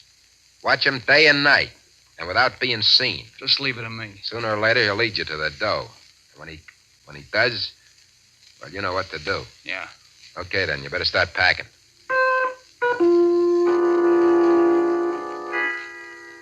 The next morning, when Steve Martin took a train for West Virginia, 2 very inconspicuous men were seated at the other end of the coach he was riding in.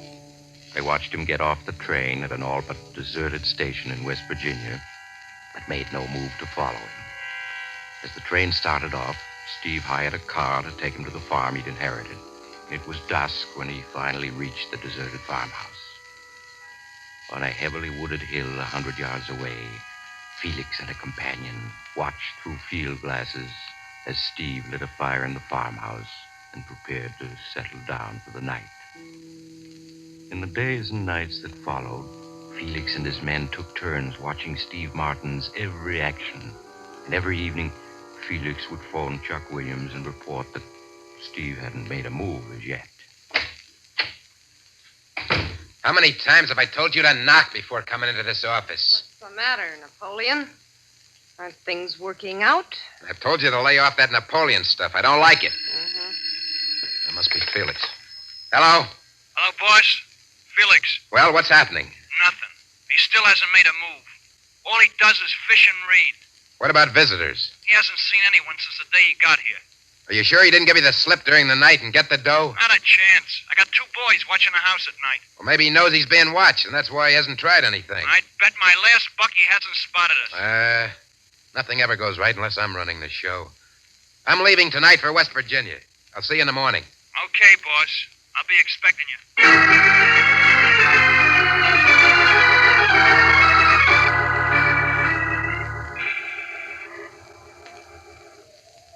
That's a farmhouse down there, boss. Look through the field glasses. You can see it just like you were standing in the front yard.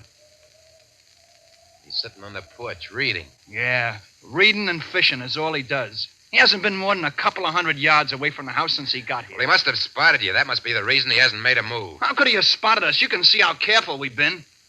Well, I'll wait a couple more days. See what happens. If he doesn't move soon, I'll have to think of something else.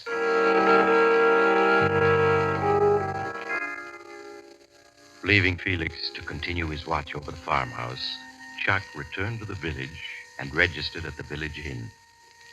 The hours that followed dragged interminably, and the hatred that Chuck felt for Steve Martin grew with each passing hour. In the evening, Felix drove into the village and reported that nothing new had occurred. 4 more fruitless days went by. Chuck Williams was unable to contain his fury any longer. He got into his car and drove to within a half-mile of the farmhouse, then walked the rest of the way to where Felix and his men were hidden on the hill. Boss, what are you doing here? I got tired of waiting. You better get down, boss, or Steve Martin's liable to spot you. Forget that. We're through playing a waiting game. We're going to move in on him. Move in on him? Yeah. Maybe after a light workout, my pal Steve will be willing to tell me where he stashed the dough. Ah, that sounds more like it. I never did go for this cat and mouse game. Before we're through with him, he'll be begging to tell us what he knows.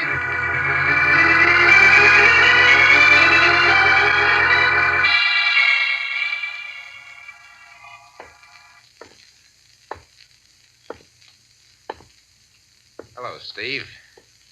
Got lonesome for you. Decided to pay you a call. I thought you'd get around to it sooner or later. You don't sound very glad to see me. That's a fine way to act towards a pal who was your host for the last 3 weeks. Didn't I treat you right? Yeah. That's what made me figure I hadn't seen the last of you. What do you want? I'll give you one guess. I haven't got it. I know you haven't, but you know where it is. So what? That money belongs to me, not you. That's where you're wrong, pal. That dough belongs to the guy strong enough to get it. That's me. Okay, then you go ahead and get it. Should I let him have it, boss? That's not up to me, Felix. That's up to Steve. Well, pal, you gonna dig up that dough for me? No. You're not as smart as you used to be. You know I'll get what I want in the end. I wouldn't count on it. Okay, Felix. I guess it's up to you and Slim now. Hell talk. Won't you, pal?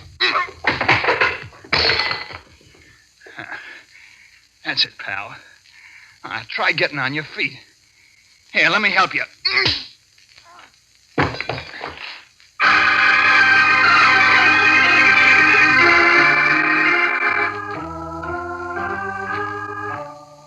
How is he, Felix? It's out cold, boss.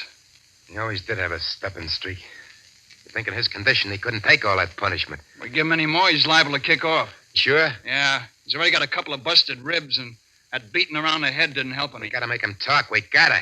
You have to figure out some other way. Throw some water in his face. Okay. Let's come to, boss. Prop him up in a chair. Come on, you. There. Steve, can you hear me? Yeah. I can hear you. Felix here wants to try the water treatment. Water treatment? Yeah. Now, why don't you play it smart and tell me where you hid that dough? Won't talk, huh? Okay, Felix. Wait, I'll talk. Well, it's more like it. Where is it? You could never find it alone. I'll have to take you to it. Just you and me. What's the matter with Felix coming along? Just you and me. Okay, pal, okay. Only I'm wondering if you're in condition to make it. Hey, Felix. Yeah, Give him boss. a few drinks, try to fix him up. Right. As soon as you've done that, Steve and me'll be on our way. An hour later, Steve, with the assistance of Felix, tottered to Chuck Williams' car and got in the front seat. Chuck slid behind the wheel and started the motor. As he drove off, he waved to Felix triumphantly. In a few minutes, the farmhouse had faded from view. Steve, huddled in a corner of the front seat, fought to keep from crying out every time the car hit rut in the road. Now and then, he opened his pain-filled eyes to look out the window. Chuck watched him with satisfaction as he drove. How much further is it? You drive about 5 miles until you reach a small gravel road where you'll see a big sign saying the Devil's Caverns. You turn right there and go 2 miles. The Devil's Cabins. What are they? They're a big tourist attraction in these parts during the summer. Hundreds of huge underground caverns that run for miles in all directions. You mean that's where you stashed the dough? Yeah. It's the best place in the world. How do you know you'll be able to find it again? I know every inch of the caverns. When I was a kid, my old man worked as a tourist guide there. I learned my way around from him. Okay. But you better find that dough. I'm warning you. I'll find it. Now, you should be reaching the gravel road in a couple of minutes. Turn right, then it's 2 miles to the Devil's Caverns.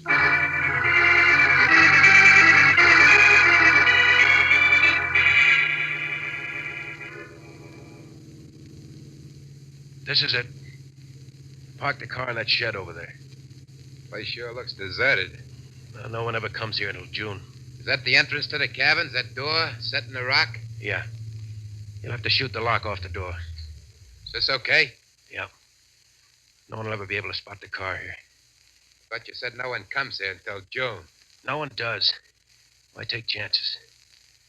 We'll need a flashlight. I got one. Come out this way.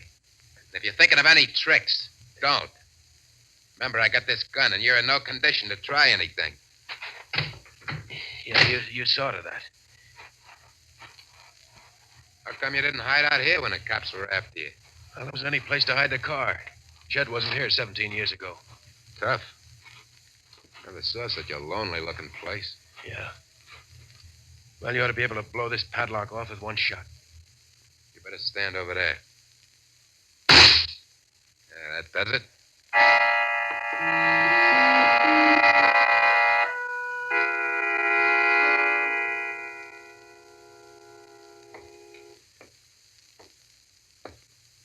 How much further is it? Seems like we've been walking an hour already. It's right up ahead. Sure you can find your way out again? All these cabins look alike to me. Yeah, I know the way out. Sure is damp in here. Hey, what was that? Oh, probably just a rat running past you. Place is full of them. Seems to me it's taken a long time to find that place where you hid the dough. If you're trying anything, Here's where it is. I'll hold the flashlight a little higher. That's it. I hid the suitcase behind this rock. Got it? No, not yet. Here it is. Yeah, that's it. That's it, all right. I can still recognize it. Open it up. Well, there's the dough. Yeah. Still in the bank wrappers. Look at it. Over $250,000. What's so funny? Answer me. So you're the guy who always gets what he goes after in the end, huh? Yeah, now I got the dough. And I'm asking you again, what's so funny? Look at the money. Go ahead, look at it. I'm looking. What about it? Yeah, you're looking, mastermind, but you don't see. All those bills are goldbacks. Goldbacks? Yeah, that's right. In 1933, the government called in all goldbacks. That's how the kidnapper Bruno Hauptmann got caught, trying to pass goldbacks after the government had called him in. You mean that dough is no good? That's just what I mean. You try passing any of that dough and you'll end up doing time. You've known all along that dough was no good? Ever since 1933. Knowing it was worthless, I never intended coming here for it. But you made me. I ought to let you have it, you rat, for leading me on like this. Well, why don't you? Come on, pick up that suitcase. Let's get out of here. Oh, wait a minute. I forgot to tell you, Chuck. Tell me what? I'm staying here. You're staying here? Yeah, that's right. Now, look, I've had enough out of you. Start leading the way out. I guess you didn't understand. I said I'm staying here. Get going or you'll get it right between the eyes. That doesn't scare me. You see, Chuck, there was something else I didn't tell you. Something else? Yeah. I didn't get out of prison on good behavior. I got out because the doctor said I was going to die in 3 months. You're going to die in 3 months? Yeah, that's right. I thought I died peacefully on my farm. Only you wouldn't let me do that. So I've decided to die here with you as company. Steve, you can't do that. You can't do that, Steve. You got to get me out of here. You got to. I don't have to do anything I don't want to. But get me out of here, Steve. I'll make it worth your while. I got dough. I got lots of dough. too bad. You won't be able to take it with you. Steve, I'll give you 100 G's. 200 G's if you get me out of here. It's not going to be tough for me to die, because I only got 3 months anyway. But I'm going to enjoy watching you. You're going to get weaker and weaker as you plead with me to lead you out of here. Then you're going to get desperate and try to find a way out by yourself. But you'll never make it. You'll go wandering from one cabin to another, and then in the end, you'll probably wander back here to find me dead. And your flashlight's going to go out. You'll be all alone in the dark with the rats and the bats. Oh, stop it! Stop it or I'll shoot! And as you go weaker, the rats are going to close in on you before you know it. Steve. Steve. I didn't mean it. Well, you made me. Steve, say something. He's dead. He's dead. I gotta get out of here. I gotta get out of here. Help! Help! Help!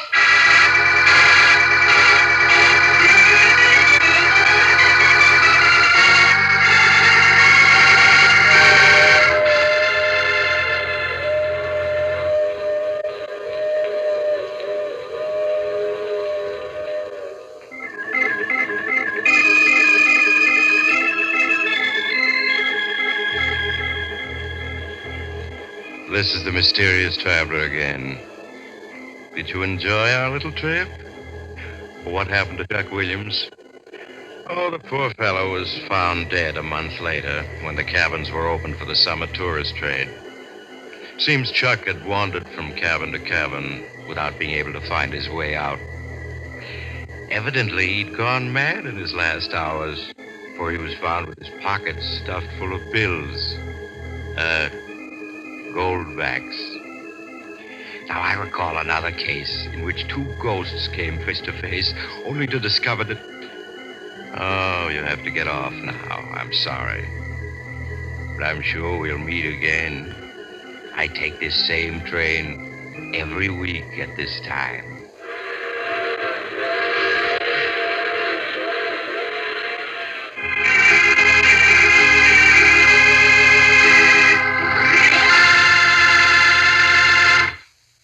You have just heard The Mysterious Traveler, a series of dramas of the strange and terrifying.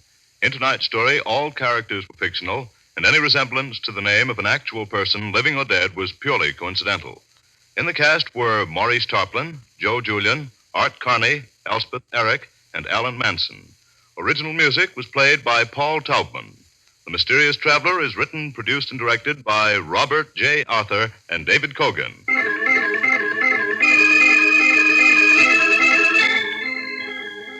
Listen next week to a tale titled Death Writes a Letter. Another strange and suspenseful tale of the mysterious traveler. Don't miss the chilling tale titled 7 Casks of Death, written by Maurice Tarplin, your mysterious traveler, which appears in the current issue of Dime Mystery Magazine, now on sale at your local newsstand.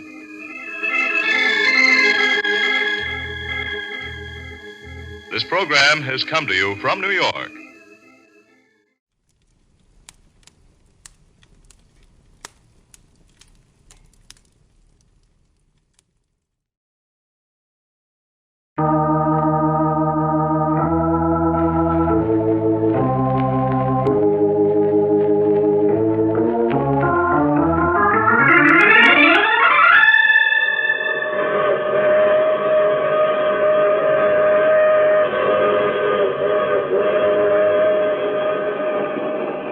Mutual presents The Mysterious Traveler.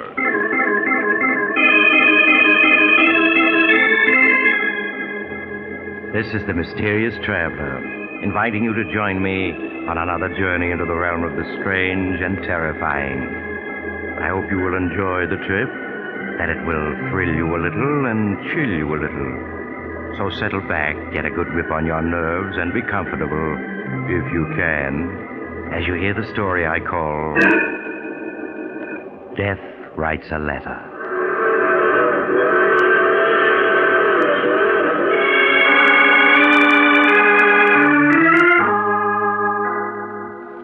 My story begins last summer in the townhouse of Martin Drake, a well-known financier. Martin is deep in argument with his older brother, John, as his daughter, Susan, enters the room unnoticed. John, how can you possibly believe in such things? Spiritualism, nonsense is a better word for it. To a skeptic, everything is nonsense. But if you'd seen and heard what I have, you too would believe. Hello, Father. Uncle John. Hello, Susan. I see you two are up to your old arguments. Well, your father's a very stubborn man, Susan. Well, I may be stubborn, but I'm no fool. Imagine believing in spiritualism, telepathy, and all that Tommy rot. I believe in spiritualism, Martin, and that the living can communicate with the dead. And nothing you can say will swerve me from my beliefs. Uncle John, in all these years you've been studying spiritualism, have you ever been able to communicate with Aunt Judith? No, Susan, I haven't. But there have been times late at night when I've all but broken through the barrier that separates us. Oh, I give up. There's no use in arguing with a man who has an obsession. Oh, that's fine, Father. Now the three of us can go into supper. Oh, I'm sorry, Susan, but I can't stay for supper. Oh, why not? I have an appointment with an honoricritic.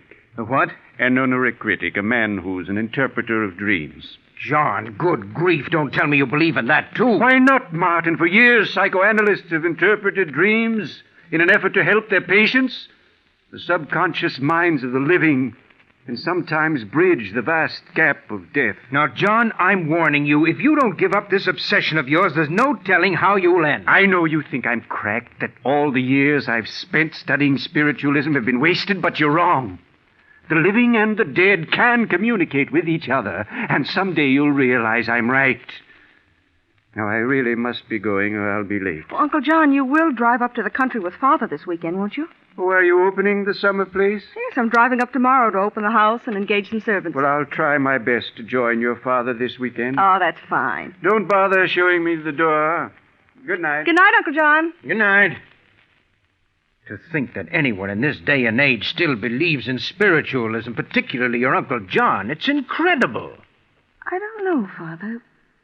Uncle John seems so sure of himself that sometimes I feel he may be right. Oh, Susan, that's nonsense. But look, Father, if it's all nonsense, why should Uncle John believe in it? You yourself have often said he's the most brilliant man you know. And he is. It's just that, well, we all have our eccentricities, and John's is spiritualism. Until his wife died 5 years ago, he was just as sane as you or I. No living person has ever communicated with the dead, and none ever will.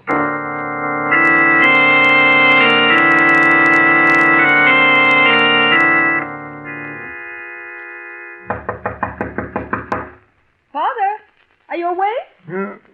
Father? The what? Oh, Susan, come in, dear, come in. Oh, I'm sorry if I woke you, Father. Oh, that's all right. What time is it? It's just 7 o'clock. 7 o'clock. Oh, what are you doing up and dressed so early? I'm driving up to the country to open our summer place. Have you forgotten, Father? Oh, yes, so you are. Oh, didn't you sleep well last night, Father? There are circles under your eyes. No, I spent a very poor night. I had a nightmare, but I can't seem to remember what it was about. Oh, I'm sorry, Father. Darling, is there anything I can get you? No, I'll be all right, dear. You run along. Oh, I need the keys to the car. Oh, yes, you'll find them over there on my desk. And if you need any money, help yourself. Oh, thank you, Father, but I have enough money. Have you found the keys? Oh, yes, here they are. Oh, do you want me to mail this letter on your desk? What letter? This one. It isn't addressed. All that's written on the envelope is one word. Urgent. Urgent? Yes, and it's in your handwriting, see? Why, I never wrote that. But, Father, it is your handwriting. And look, there are ink stains on your fingers. You must have written it before you went to bed. But I tell you I didn't. Let me see that letter. Yes, that's my handwriting, all right. Oh, Father, I'm leaving now. I want to get there by noon. What? Oh, yes. Goodbye, dear. Take care of yourself. I will, darling. Bye. Urgent. And it's my handwriting, all right. But for the life of me, I can't remember. Well, let's see. Dear Martin. What the devil? A letter in my own handwriting addressed to me. Dear Martin. No. No, this can't be. It can't.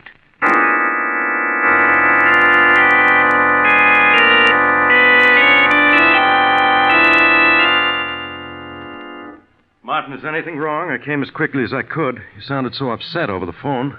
Dr. Warren, I'm afraid my mind is giving way. You, Martin? You're the last person in the world to become unbalanced. Well, that's what I thought until I read this letter. Letter? Yes, and it's in my handwriting, so I must have written it. I'm afraid I don't understand. When I woke up an hour ago, this letter was on my desk. I could see it was my handwriting, and yet I don't remember having written it. You don't remember having written it? No, and yet I must have. There are still ink stains on my fingers. Martin, none of this makes sense. Yes, I know. What's in the letter? I'll read it to you. Dear Martin... Wait a minute. You mean it's in your handwriting, but it's addressed to you? Yes, but it's signed with the name of my brother John. Signed by John? In your writing? Exactly. You better read me that letter. Maybe then I can understand this. Dear Martin, this letter will undoubtedly give you quite a shock. But after you finish reading it, I'm quite sure you'll understand why it was written. After I left Susan and you a few hours ago, I went to keep my appointment with the dream interpreter I'd spoken to you about.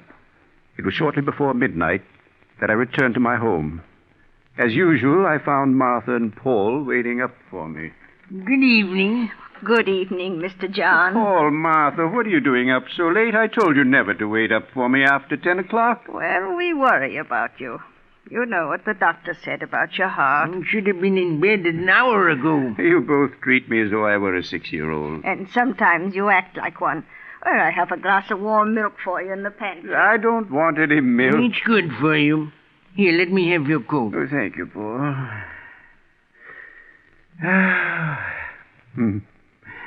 It feels good to be home, sitting in the chair before the fire.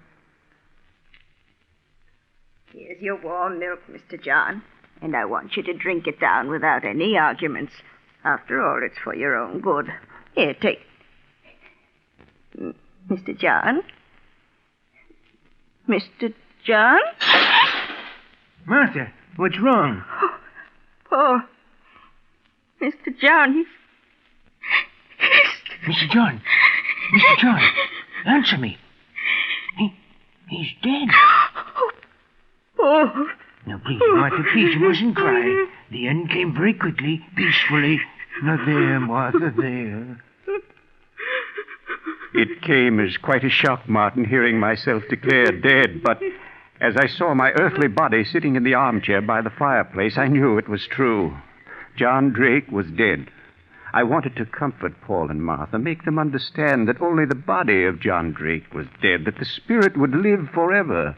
I wanted to tell them that I was indescribably happy, for I knew without knowing how that on the following day I should be reunited with my dear wife, Judith. Then my thoughts turned to you, Martin, and in one brief moment I saw your past, your present, and your future. Your future left me horrified, Martin, for in it I saw unhappiness and death. I felt that somehow I had to warn you of what the future held. I left the house I had died in and went to your home. The radio was playing. You were sitting in an easy chair reading a book, unaware of what the future held for you. Martin! Martin, you must listen to me! Martin, look up from that book you're reading. You must! But I couldn't reach you with my words. There was too great a distance between us. I stood by, helpless to aid you. A few minutes later, you yawned, closed the book, and turned off the radio. A half hour later, you were in bed and asleep. And then I suddenly had hope. I couldn't reach you while you were awake, Martin, but while you slept, perhaps I could reach your subconscious, warn you about the future. I saw your desk with writing paper on it, and I knew that was the only way to reach you. I spoke softly, trying to reach your subconscious. Martin, listen to me. This is John. You must hear me, for it's a matter of life and death. You must do exactly as I say. I want you to get out of bed. That's it. Throw back the covers. Now put your feet on the floor. Martin, do as I say. That's right. Now go to your desk. That's fine. Now sit down. That's it. Pick up the pen that's on the desk. Martin, pick up the pen. That's right. You picked up the pen and began to write as I dictated. Everything up to this point explains how this letter was written. And now, the reason for it. In looking into the future, I was horrified to see that Susan would die the night of June 7th, 1947, at exactly 6 o'clock. That means you must act swiftly, Martin, for she has less than 24 hours to live. If you don't, she will be found frozen to death. As for yourself, I see you dying as the result of an accident in a small, roughly furnished room. In this room is a desk calendar, and the date it shows as you lie dying is September 3rd, 1947. Martin, the love I bear you and your daughter has reached out from another world to warn you against the future. I pray that you will act upon this information and save yourselves. Your brother, John. That's the most extraordinary letter I ever heard. Well, what do you make of it, Doctor? You sure this is your handwriting? Certain of it. And then there are these ink stains on my fingers. Yes. It's amazing. It's obvious that I wrote this letter last night in my sleep. What upsets me is the content of the letter. The things I wrote are so fantastic that I'm afraid I may be losing my mind. No. I'm quite sure you're sane, Martin. Well, then how do you account for my writing such a fantastic letter even in my sleep? Has it occurred to you that this fantastic letter, as you call it, may not be fantastic? What? Now, Henry, you're not trying to tell me that you believe that this letter is true. That my brother John did die last night and came here to... Surely you don't believe in all that Tommy rot. Then your explanation for that letter is that you wrote it while having a nightmare? Well, of course. What other answer could there be? It's ridiculous to think that you, a man of science, could attach any credence to this letter even for a moment. You amaze me. There have been many phenomena in history. Phenomena that never could be explained. Not even by science. Oh, you're almost as bad as my brother. Soon you'll be telling me that you, too, believe in spiritualism. Have you called up your brother this morning? Why, no. Why should I have? Oh, you think he may have died last night as he wrote me in this letter? Doctor, I think you'd better see a doctor. I suggest you call your brother. Well, all right, I will, just to show you what a fool you are for believing even for a moment that there can be anything to this letter. Why, when John was here last night, he looked just as healthy... hello, Paul. This is Mr. Drake. Is my brother there? The what? Last night? After he returned home? I see. Thank you, Paul. He is dead, isn't he? Yes. Paul said that he died last night. If your brother died last night, then this letter must have been written by him through your subconscious after... No, that can't be. What you're saying is madness. The dead can't communicate with the living. Yeah, but in this letter, your brother speaks of his death last night and goes on to tell My about... brother couldn't have written that letter through my subconscious. Such things can't happen. I wish I felt as certain as you do. What about this part of the letter? In looking into the future, I was horrified to see that Susan would die the night of June 7th, 1947, at exactly 6 o'clock in the evening. That means you must act swiftly, Martin, for she has less than 12 hours to live. If you don't, she'll be found frozen to death. And that proves how fantastic the whole letter is. Today is June 7th, and outside it's like summer. How could Susan possibly be frozen to death? I don't know, Martin. But if Susan were my daughter, I think I'd want to be with her tonight at 6 o'clock. You'd never be able to forgive yourself if anything would have happened to her. I'll go with you if you like. Oh, very well. But mind you, I still don't believe that John wrote this letter through my subconscious.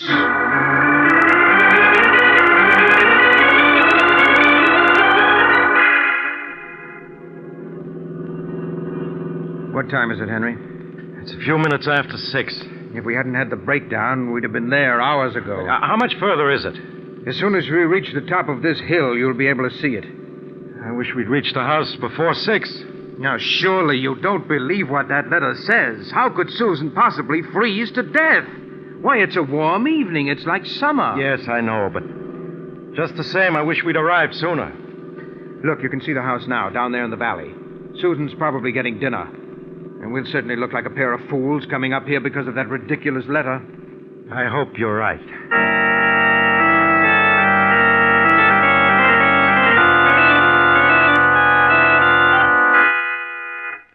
Henry, Susan isn't in her room. She isn't? No. Could she be in the village or visiting friends? No. You're forgetting her car's parked in front of the house. Yeah, that's right. Well, where can she be? I'm afraid I can't answer that. I'll search the second and third floors while you search this floor in the cellar. She must be someplace in the house.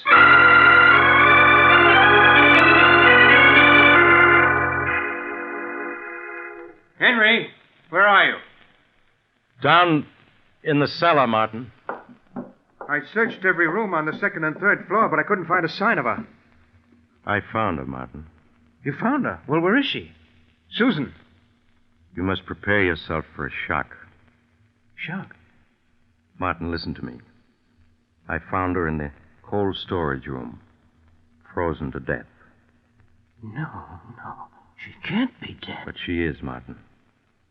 From what I could make out, she turned on the freezing system full and then went inside to store some meats, probably right after she got here. While she was in there, the door slammed shut and locked her in. Oh, Susan. If only I'd gotten here in time.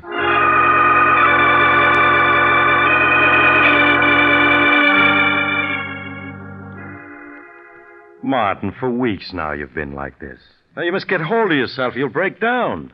You did everything you could to save Susan. No, that's just it. I didn't. John reached me from beyond the grave to warn me about the future, but I merely laughed. Had I heeded his letter, Susan would be alive today. But, Martin, you did try to get there in time. It wasn't your fault the car broke down. Yes, but if I'd believed in the letter, I'd have hired another car and kept going instead of waiting for my car to be repaired. You know, I've been thinking perhaps it was meant that your car should break down. That you should arrive too late to save Susan. What? Perhaps it was wrong of John to break through the barrier that separates the living from the dead and warn you of the future. Well, how could it be wrong if it would have saved Susan? Perhaps it was ordained that Susan was to die when she did. And that's why the car broke down. No. I could have saved her if only I'd hired another car and rushed on to my country home. But at least now I can heed John's warning and save my own life. Save your own life? Yes. Have you forgotten the other part of the letter? As for yourself, Martin, I see you dying as the result of an accident in a small, roughly furnished room. In this room is a desk calendar, and the date it shows as you lie dying is September 3rd, 1947. Today is August 1st. That means I have less than 5 weeks to live. Unless I can save myself. But how can you save yourself, Martin? What's meant to be will be. Not if I'm clever enough to take advantage of the information in this letter. Dying as a result of an accident in a small, roughly furnished room. Yes, but if John had only told me what kind of an accident it was meant to be. Well, nevertheless, come what may, I'm not going to die on September 3rd.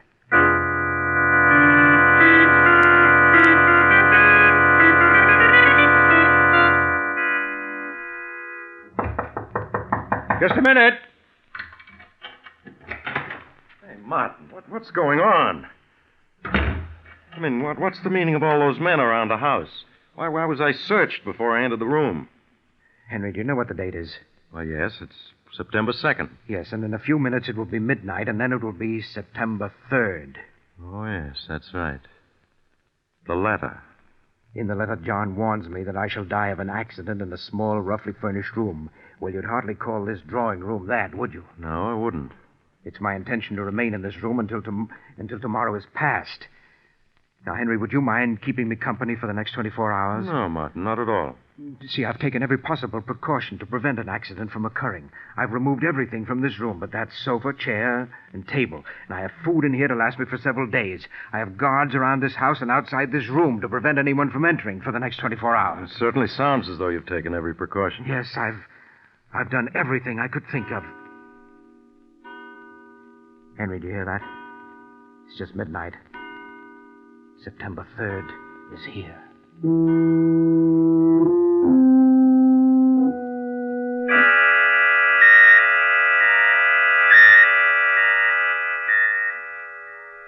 Martin, will you stop looking at your watch every other second? I can't help it. One more minute and it'll be midnight. And when the clock in the hallway strikes, it'll be September 4th. Yes, Martin, yes. Now, why don't you sit down and take it easy? How can I at a time like this? Martin, you must calm down. Think of your heart. Only 30 seconds more, Henry. 30 seconds. Martin, you're as white as a sheet. Well, who wouldn't be? I'm cheating death. I'm going to live. Live, do you hear? Easy there now. I can't help feeling it would have been better if John hadn't warned you about the future. No, don't say that. If he hadn't, I'd have been dead by now. Henry, do you hear that? It's midnight. And I'm still alive. Alive.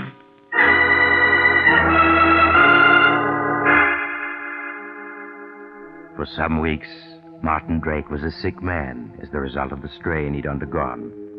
But with the coming of fall, he was well on the road to recovery. It was in late autumn that he invited Dr. Warren to go hunting with him in Maine. Day after day, the two men, with their guide, roamed the woods. The exercise and outdoor life did Martin a world of good, and he was soon his former self, both physically and mentally. It seems to be getting much colder, doesn't it? Yes, it feels very much like snow. I think it'll hold off for a while yet. Would you like to do a little more hunting, Mr. Drake? We still got a couple of hours till it gets dark. Yes, I wouldn't mind. How about you, Henry? Well, by all means. Maybe we'll come across that buck we spotted this morning. Yes, he was a big fellow. Where'd I put my rifle? Here it is, Mr. Drake, under the tree. Oh, yes, so it is. Here's your rifle, Doc. This rifle of mine... Oh! Martin, what happened? Good grief, he shot himself, Doc. Martin, are you badly hurt? The gun went off when I picked it up on my shoulder. Easy now, while I have a look at it. Oh. Is it bad, Doc? Oh. No, not bad. We must get him to a shelter and stop this bleeding. Ed Tolliver's place, about a quarter of a mile from here, Doc. All right, give me a hand. We gotta get him there at once.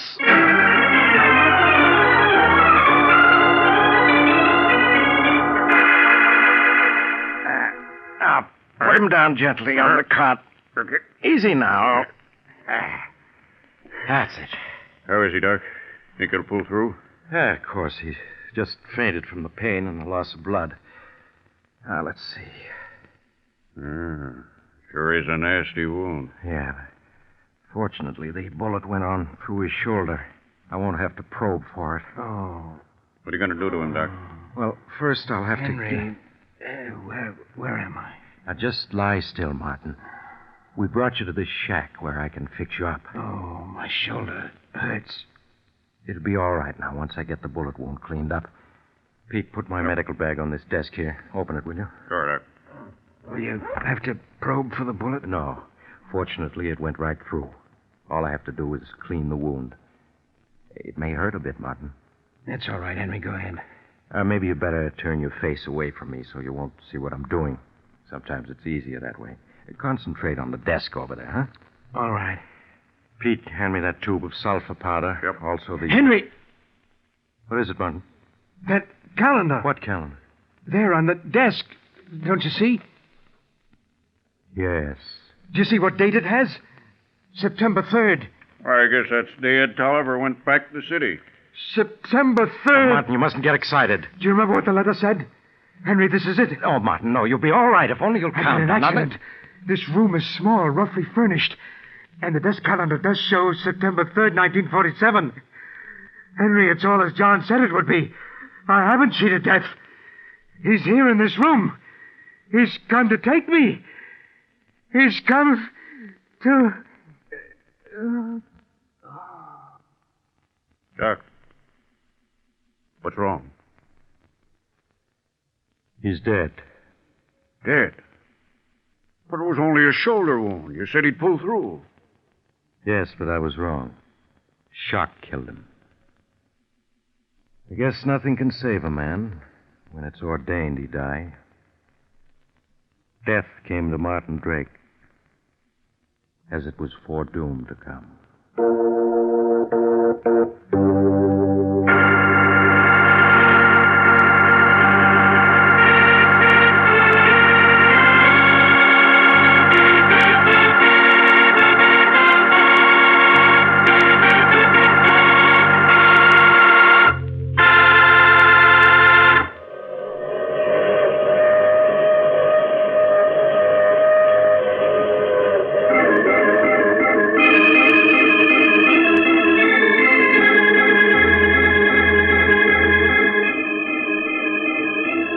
Mysterious traveler again. Too bad about Martin and Susan, wasn't it? Even John Drake's warning from another world couldn't save them. Which seems to prove that when your time comes, nothing you can do can change it. So you might as well not worry about it. Though I did know of a man who managed to outwit death for several hundred years. Then one day he was... Oh, you'll have to get off here. I'm sorry. But I'm sure we'll meet again. I take this same train every week at this time.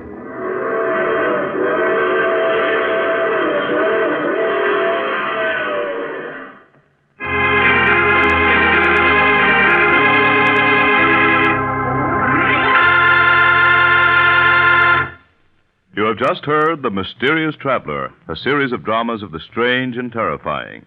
In today's story, all the characters were fictional, and any resemblance to the name of an actual person, living or dead, was purely coincidental. In the cast were Maurice Tarplin, Roger de Koven, Eric Dressler, and Bryna Raeburn. Original music was played by Paul Taubman. The Mysterious Traveler is written, produced, and directed by Robert J. Arthur and David Kogan.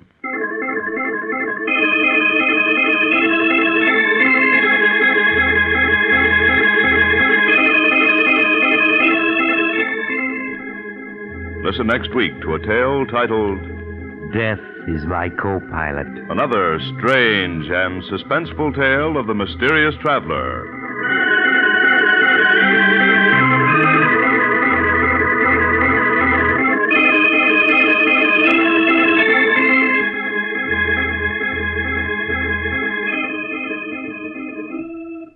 Your mysterious traveler has turned author.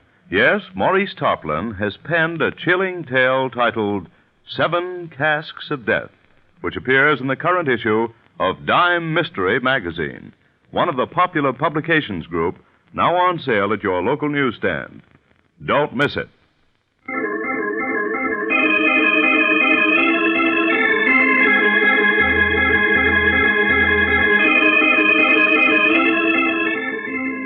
This program has come to you from our New York studios.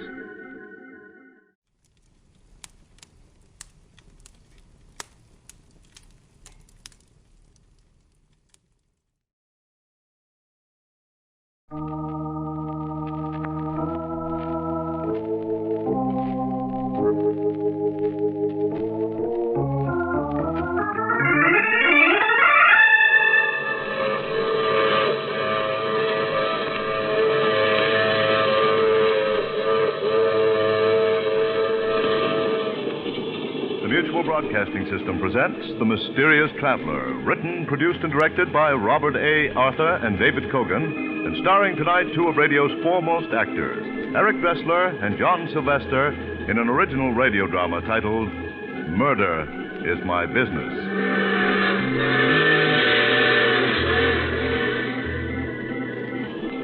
This is The Mysterious Traveler, inviting you to join me on another journey into the realm of the strange and the terrifying. I hope you will enjoy the trip, that it will thrill you a little and chill you a little. So settle back, get a good grip on your nerves, and be comfortable, if you can. Our story tonight begins in a huge white mansion overlooking the Hudson River, some 50 miles above New York City. In a large, comfortable room, David Phillips, a slender, nervous man in his early 30s, is seated at a desk typing.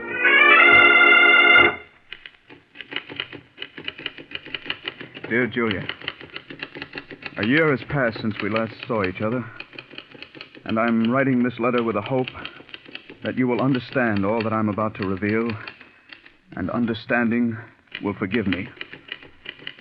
I'm a writer, darling, and yet I find it difficult to put into words the horrible events of the past year. As they flash through my mind, I can feel the quickening of my pulse, and the hatred within me surges up as overwhelmingly as... But I mustn't think of that. It's much more important that you understand what has happened. It all began the day I was in my study, writing a script for the Dangerous Adventure radio show.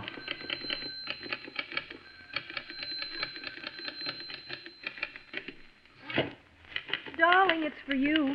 Who is it? It's Basil King. Basil King? Dave, wait a minute. I want to talk to you. But, honey, Basil King, I can't keep him waiting. Yes, you can. Well, we'll talk fast. King's looking for a writer for his radio show, isn't he? Yeah, Sig Rodman just quit. Quit? You mean he had a nervous breakdown? And so has every other writer who's ever worked for Basil King. Dave, I don't want you to write for him. But, Julie, his show pays $600 a week. We could pay off all our debts with that kind of dough. Darling, be sensible. No amount of money is worth the punishment you'll have to take from him. Now, look, we'll talk about this later. He's on the phone. Tell him no. Shh, he'll hear you. Hello?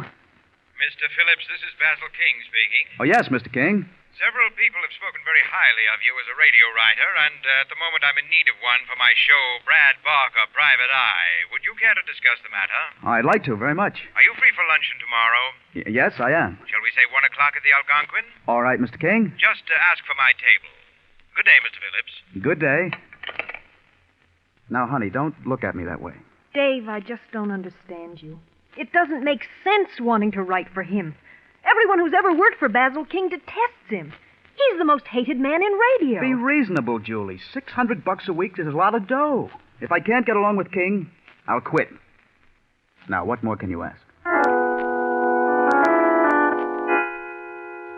Next day, as the head waiter led me through the crowded dining room, I could see Basil King seated at a table in a far corner of the room. King was a tall, slender, gray-haired man in his late 40s. He had a cold, impassive face, and his movements were stiff and precise. It suddenly occurred to me that he bore an amazing resemblance to Clifton Webb, the Hollywood star. As I reached King's table, he stood up. How do you do, Mr. Phillips? I'm Basil King. Have a seat, won't you? Thank you. I suggest we talk first and order luncheon later. All right, Mr. King.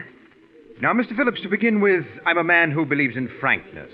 I dare say this frankness of mine has led to my making a large number of enemies and has given me the reputation of being an extremely difficult person to get along with. No doubt you've heard quite a few stories about me. Yes, I have. Believe me, they're highly exaggerated. Great talents, such as myself, have always been misunderstood. The petty minds in this world, not understanding men of genius, are forever seeking to destroy us. I see. I wonder if you do, Mr. Phillips. I wonder if you do. I ask very little of my writers, merely a modicum of intelligence and the ability to accept constructive criticism. That sounds reasonable enough. Yes, one would think so, and yet I haven't been able to find a writer who understands me. I'm sure you will sooner or later. Perhaps, but to date it's been very discouraging. However, we mustn't dwell on the past. Now, Mr. Phillips, you come highly recommended, and I trust that ours shall be a happy and profitable relationship. I hope so. By the way, you aren't troubled by ulcers, are you? Why, no. Good. For some unfathomable reason, all the writers I've had in the past seem to have been afflicted with ulcers. I can't stand people who are always taking pills and subsisting on bland diets. Tell me, are you familiar with my show, Brad Barker, Private Eye? Oh, yes. I've heard it quite often. Good. Then you're undoubtedly aware that there are two things I insist upon in my shows. Clever plots and gimmicks that work. Bear that in mind, Mr. Phillips. Clever plots and gimmicks that work. I understand. It's on those two rules that I have single-handedly built the most popular detective show on the air. You've only to look at the Hooper rating of Brad Barker, Private Eye, to substantiate what I'm saying. Yes, I know. You've got a terrific rating. 18.6. Needless to add, my sponsor, the Zestful Chewing Gum Company, has increased its sales tremendously. Now, Mr. Phillips, I'm prepared to pay $600 a week for the writing of Brad Barker. Is that satisfactory? Yes, that sounds fair enough. When may I expect your first script? Well, let's see. Today is Wednesday. What about Monday morning? That's satisfactory. Monday morning it is. Now, shall we order luncheon? An hour later, Basil King and I separated in front of the Algonquin. I went home and started work on the script, determined to turn out a show that would make King sit up and take notice. After 4 days and nights of intensive writing, I completed the script. Monday morning, I went downtown to Basil King's luxurious office and turned the script over to him. As I sat by his desk, watching him read it, it was hard to tell what he thought of it. His face was cold and impassive as he turned page after page. At last, he finished reading it and looked up. It won't do, Mr. Phillips. It won't do? Well, why not? First of all, you haven't caught the spirit of Brad Barker in your dialogue. But more important, the plot is weak, and your murder gimmick won't work. Well, I don't see why it won't. Would you mind explaining? In this script, you have the victim, what's his name? Charles Riker. Yes, you have this fellow Charles Riker, whose life has been threatened, barricade himself in a small cabin. All doors and windows are locked from the inside, and in addition, he's armed to the teeth and has a watchdog with him. That's right. 2 days after this fellow Riker has barricaded himself, Brad Barker breaks into the cabin to find him dead. Dead of poison. Yes. Your gimmick is that the murderer, unable to get at Riker, has tapped the water pipe which ran from the spring to the cabin and poisoned the water. Yes, well, what's wrong with that? My dear fellow, don't you think that when Riker drew a glass of water in the cabin, he'd have tasted the poison in the water? But I planted in the script that the poison was tasteless. Oh, you did? Well, nevertheless, it won't work. Oh, why not? It just doesn't ring true. I don't feel it. Why not? I wish you'd stop asking why not. It's obvious that I don't like your gimmick, and if I don't like it, 15 million radio listeners won't like it. If our relationship is to continue, you must learn to accept constructive criticism. After all, my dear fellow, you have merely to look at the rating of the show to realize that I am never wrong. Furthermore, I should like to point out that at no time...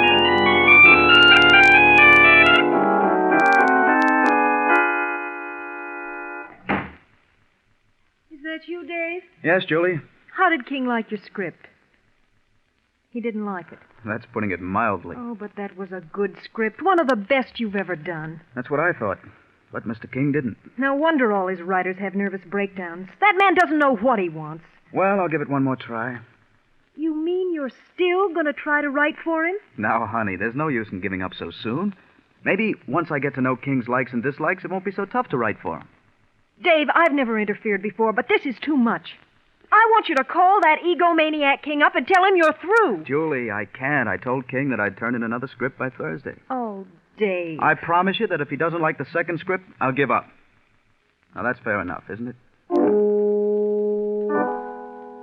For the next 3 days and nights, I sweated over a new script. As I worked out the plot and gimmick, I tried to anticipate Basil King's every possible objection.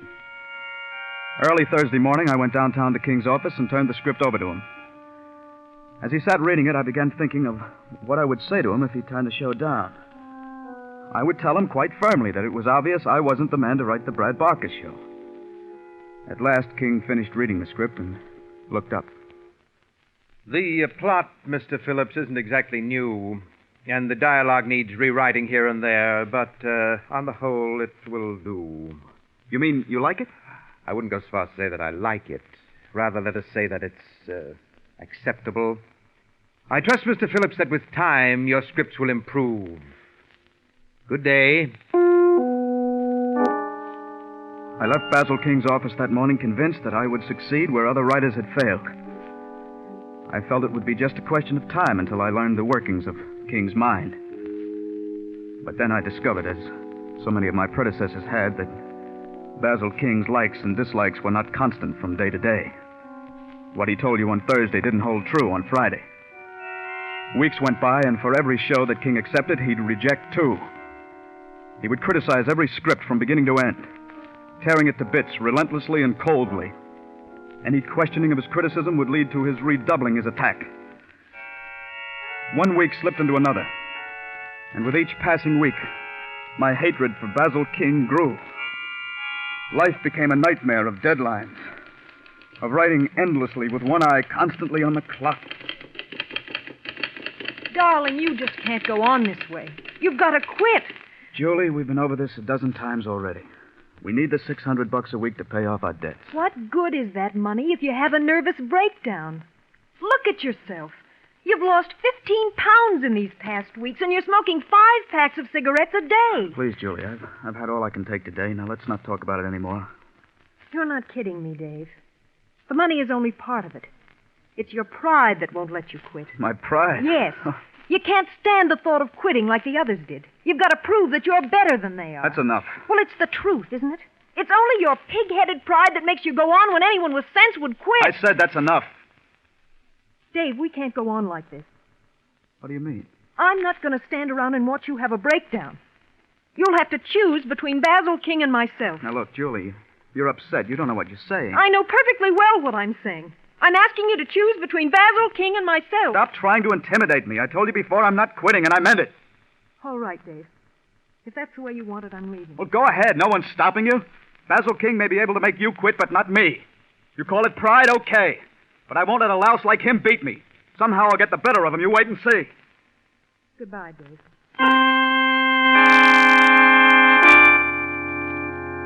I was so emotionally worn out the night you left me, Julie. I could scarce comprehend my loss at the time. There seemed to be only 2 people in the world. Basil King and myself. As I traveled back and forth day after day between my typewriter and King's office, my hatred for him increased 100-fold. Feeling my hatred for him, King redoubled his sadistic attack, sensing that I was determined not to quit. The weeks slipped by, and the nightmare continued. King insisted that I come to all rehearsals of the show so that the cast, as he put it, might see the culprit who wrote the script. It was at a rehearsal that I first met Mr. Pearson, president of the Zestful Chewing Gum Company. He was sitting in the control room, watching with great respect as Basil King rehearsed the cast. No. My dear Miss Hunter, I assumed when I hired you that you were a radio actress. If I'm wrong, please enlighten me. What did I do that was wrong, Mr. King? I don't feel it. I just don't feel it. Try it again. Rocky, you've got to give me a chance to explain. It wasn't my fault. Honest, it wasn't, Rocky. Cut. Miss Hunter, you sound too young. I want you to age the role 1 year. Mind you, just 1 year. Yes, Mr. King. Rocky, you've got to give me a chance to explain. It wasn't my fault. Honest, it wasn't. Rocky, don't! Cut! Well, if that's the best you can give me, it will have to do. And Mr. Cooney, if you can't do better, I'll have to get another sound man. Take 15 minutes. It's dreadful, Mr. King, the incompetence you have to put up with. Yes, Mr. Pearson, it often amazes me that I've been as successful as I have. Oh, speaking of incompetence, Mr. Pearson, I'd like you to meet the present writer of the show, Mr. Phillips. How do you do, Mr. Phillips? Glad to meet you, sir. I have great hopes, Mr. Pearson, of making a radio writer out of Phillips. Well, I'm sure if anyone can do it, you're that person, Mr. King. Pardon me, Mr. King. Would you like to hear the commercial now? Very well, Caruso. Go ahead. Yes, ladies and gentlemen, July 8th is the big day. In just 1 month, you'll be able to buy the latest discovery in chewing gum happiness, Pepso-Gum. Made by the Zestful Chewing Gum Company, Pepso-Gum is a new gum. A gum with a jailed-in flavor, designed to give you hours of chewing pleasure. Remember, the big day is July 8th, when Pepso-Gum will be on sale at all candy counters. I don't feel it, Caruso. I want more emphasis. I want you to be so compelling that people will rush to their drugstores and place orders for this new gum. Exactly. Yes, exactly. Rehearse it a few more times, and I'll go over it with you later. Yes, Mr. King. Well, I guess I'll be getting back to the office, Mr. King. Most kind of you to allow me to watch your rehearsal. That's quite all right, Mr. Pearson. It was a pleasure meeting you, Mr. Phillips. I assume that you'll be at the factory for next week's broadcast? The factory? Yes, Phillips. We're doing the broadcast from the factory next week. Yes, it's the company's 25th anniversary. You've no idea how our employees are looking forward to your broadcast. Yes, indeed. Well, good day, gentlemen. Goodbye, Mr. Pearson. Mr. Phillips, I have here the script you turned in for next week's show. It won't do. Why not? There are so many things wrong with the script that it's hard to know where to begin. Let's start with your murder gimmick. You have the victim, I believe his name is Roger Roden. Yes, that's right. Yes, you have this fellow Roden picking up an envelope, licking the flap, and sealing the envelope. A minute later, he drops dead. Your gimmick is potassium cyanide powder has been mixed into the glue of the envelope flap. Yes, and when Roden licked the flap, his tongue absorbed the poison. It just won't stand up. Why not? For the simple reason that Roden's tongue wouldn't absorb enough potassium cyanide to kill him. Oh, but it would. Potassium cyanide is a very potent poison. Just a few grains will kill a man. Possibly, but I'm not convinced. And if you can't convince me, you won't convince our 16 million listeners. It just won't do. It will work. I tell you, it will work. I'm sorry, Mr. Phillips, but I don't agree. How soon can you have another script for me? It was at that moment I knew I was going to murder Basil King. Perhaps all along it had been there, buried in my subconscious. For the first time in weeks, my hands stopped trembling, and I was able to think clearly of all that had happened. I had allowed Basil King, a man who was a psychopathic case, to drag me down to his own level. And what was worse, I had lost Julie. My stupid pride had driven the one person I loved away from me. Basil King would pay for that. And all the anguish he'd caused so many people. I thought of King's rejection of my potassium cyanide gimmick. And suddenly it came to me how ironic it would be if his death were brought about by potassium cyanide. Yes, the great man, dying by a gimmick which he declared wouldn't work. Of course, I couldn't use the envelope flap, but there were other ways, and I would think of one. Well, that night, a plan began to form in my mind. A plan which was completed a week later as I was being shown through the zestful chewing gum factory by Mr. Maurice, the superintendent of the factory. I had no idea the factory was so large, Mr. Maurice. We seem to have walked miles. I'm afraid your radio rider's just unused to walking. Probably ride in taxi cabs all the time. I guess you're right. Oh, what's this place? This is the shipping room. Oh. Well, that about completes the tour. I reckon you've seen just about everything. Say, all these boxes have Pepsi-Gum marked on the side of them. That's right. You getting ready to distribute it all over the country? Yeah, we're going to start shipping next week.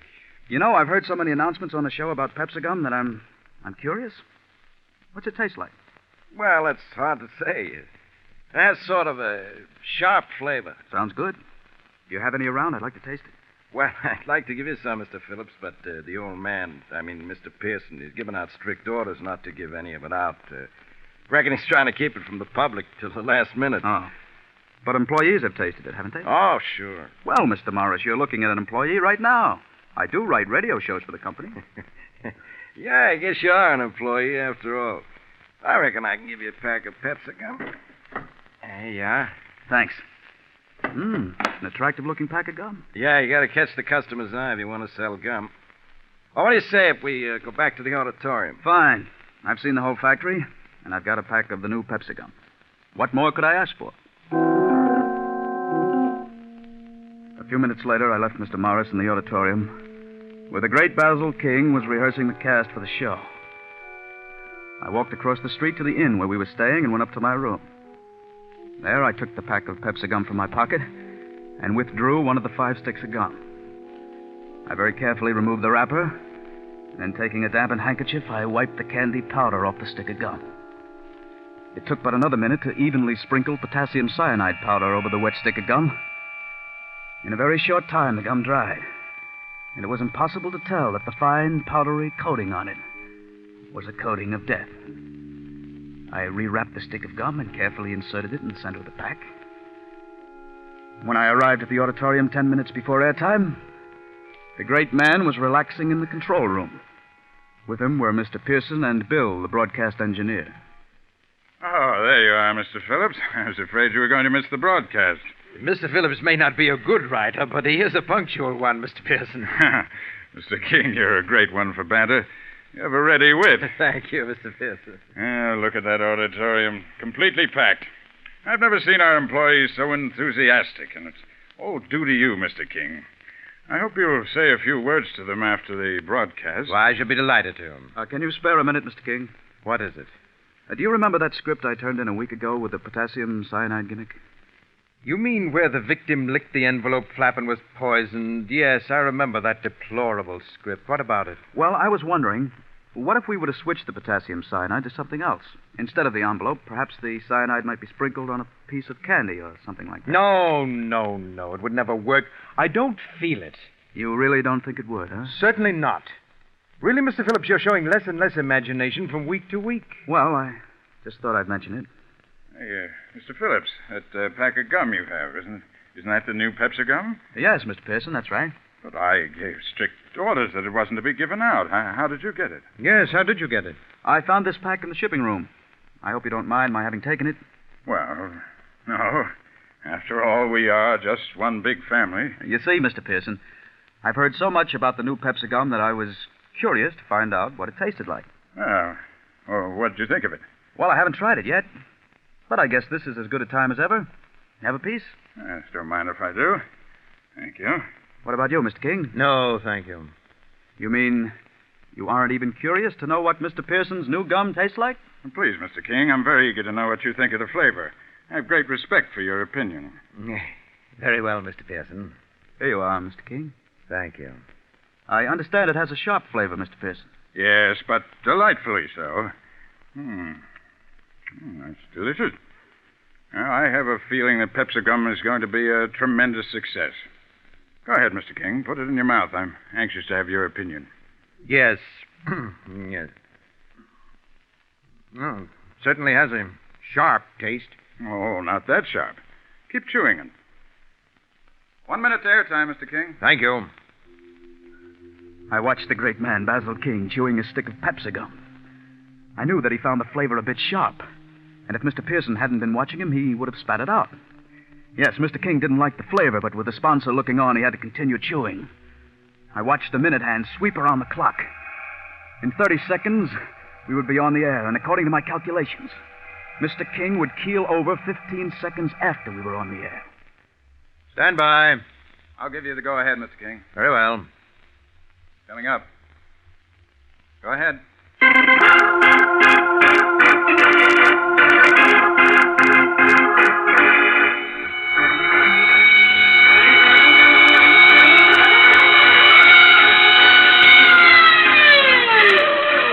Successful Chewing Gum Company presents Brad Barker, Private Eye. Conceived, produced, directed, and edited by Basil King. My dear fellow, the monitor is too high. That's it, take it down. You engineers just don't know. Oh! My heart! Brad Barker, King, what's wrong? My heart, Quick, catch him. I've got him, Mr. Pearson. You'd better get a doctor. It looks like a heart attack. Yes, I'll get one immediately. Bill, turn down the monitor. Just do the best you can. Okay, Dave. You take care of him, and I'll take care of the show. And soon there will be a fresh flavor added to the Zestful Chewing Gum King, Company. can you hear me? Yes, get a doctor. Do you remember the potassium cyanide gimmick? Potassium cyanide? Yes. I just want you to know you're wrong. It does work. That's why you're dying. What? That stick of gum I gave you. It was covered with potassium cyanide powder. No, get a doctor. A doctor can't help you. You're going to die. Brad Barker, Private Eye. Poor Mr. King. Small, dingy office overlooking the harbor. On the door is a letter. You just forgot one thing. Waterfront Protective Association. Murder is my business.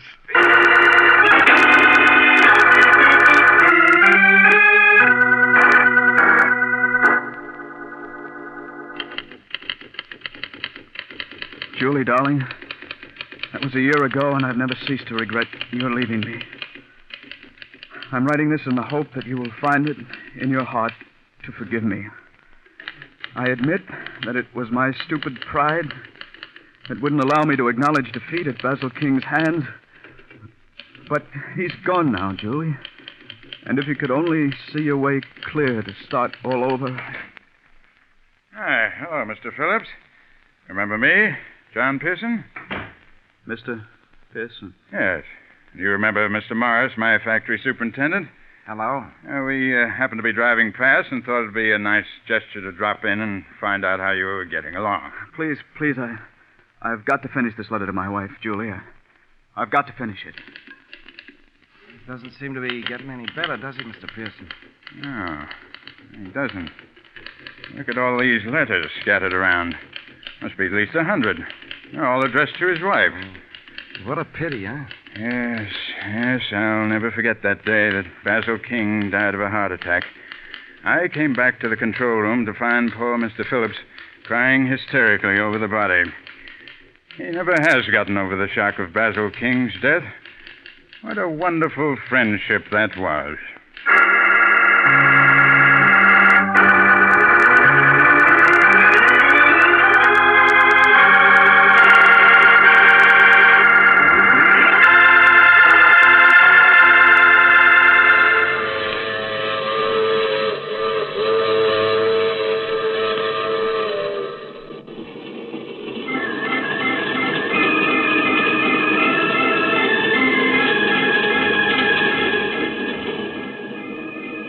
This is the mysterious traveler. Did you enjoy our little trip? It's too bad about Dave Phillips, isn't it? His mind snapped in his hour of triumph. 16 weeks of life with Basil King proved to be just too much for him, mentally. As Basil King used to say, being a radio writer calls for a weak mind. However, it does seem that Dave Phillips did get in the last word. For Basil King died of a gimmick he claimed would never work. And the police, oddly enough, never did suspect it was murder. Now, I recall another case in which a young man awoke to find himself dead, and he decided... you have to get off here. I'm sorry. I'm sure we'll meet again. I take this same train every week at this same time.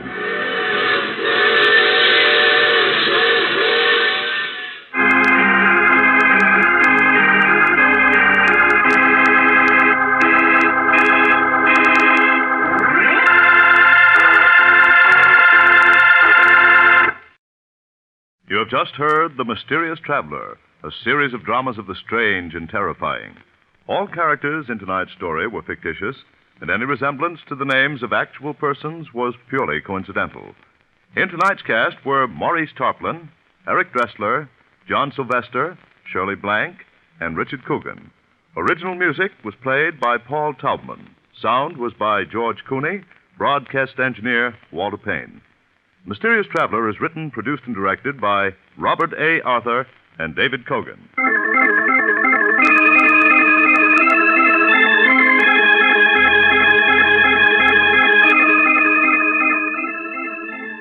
Listen next week to a tale titled Queen of the Cats.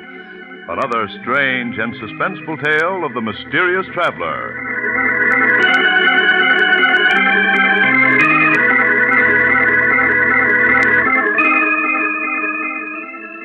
This program has come to you from our New York studios.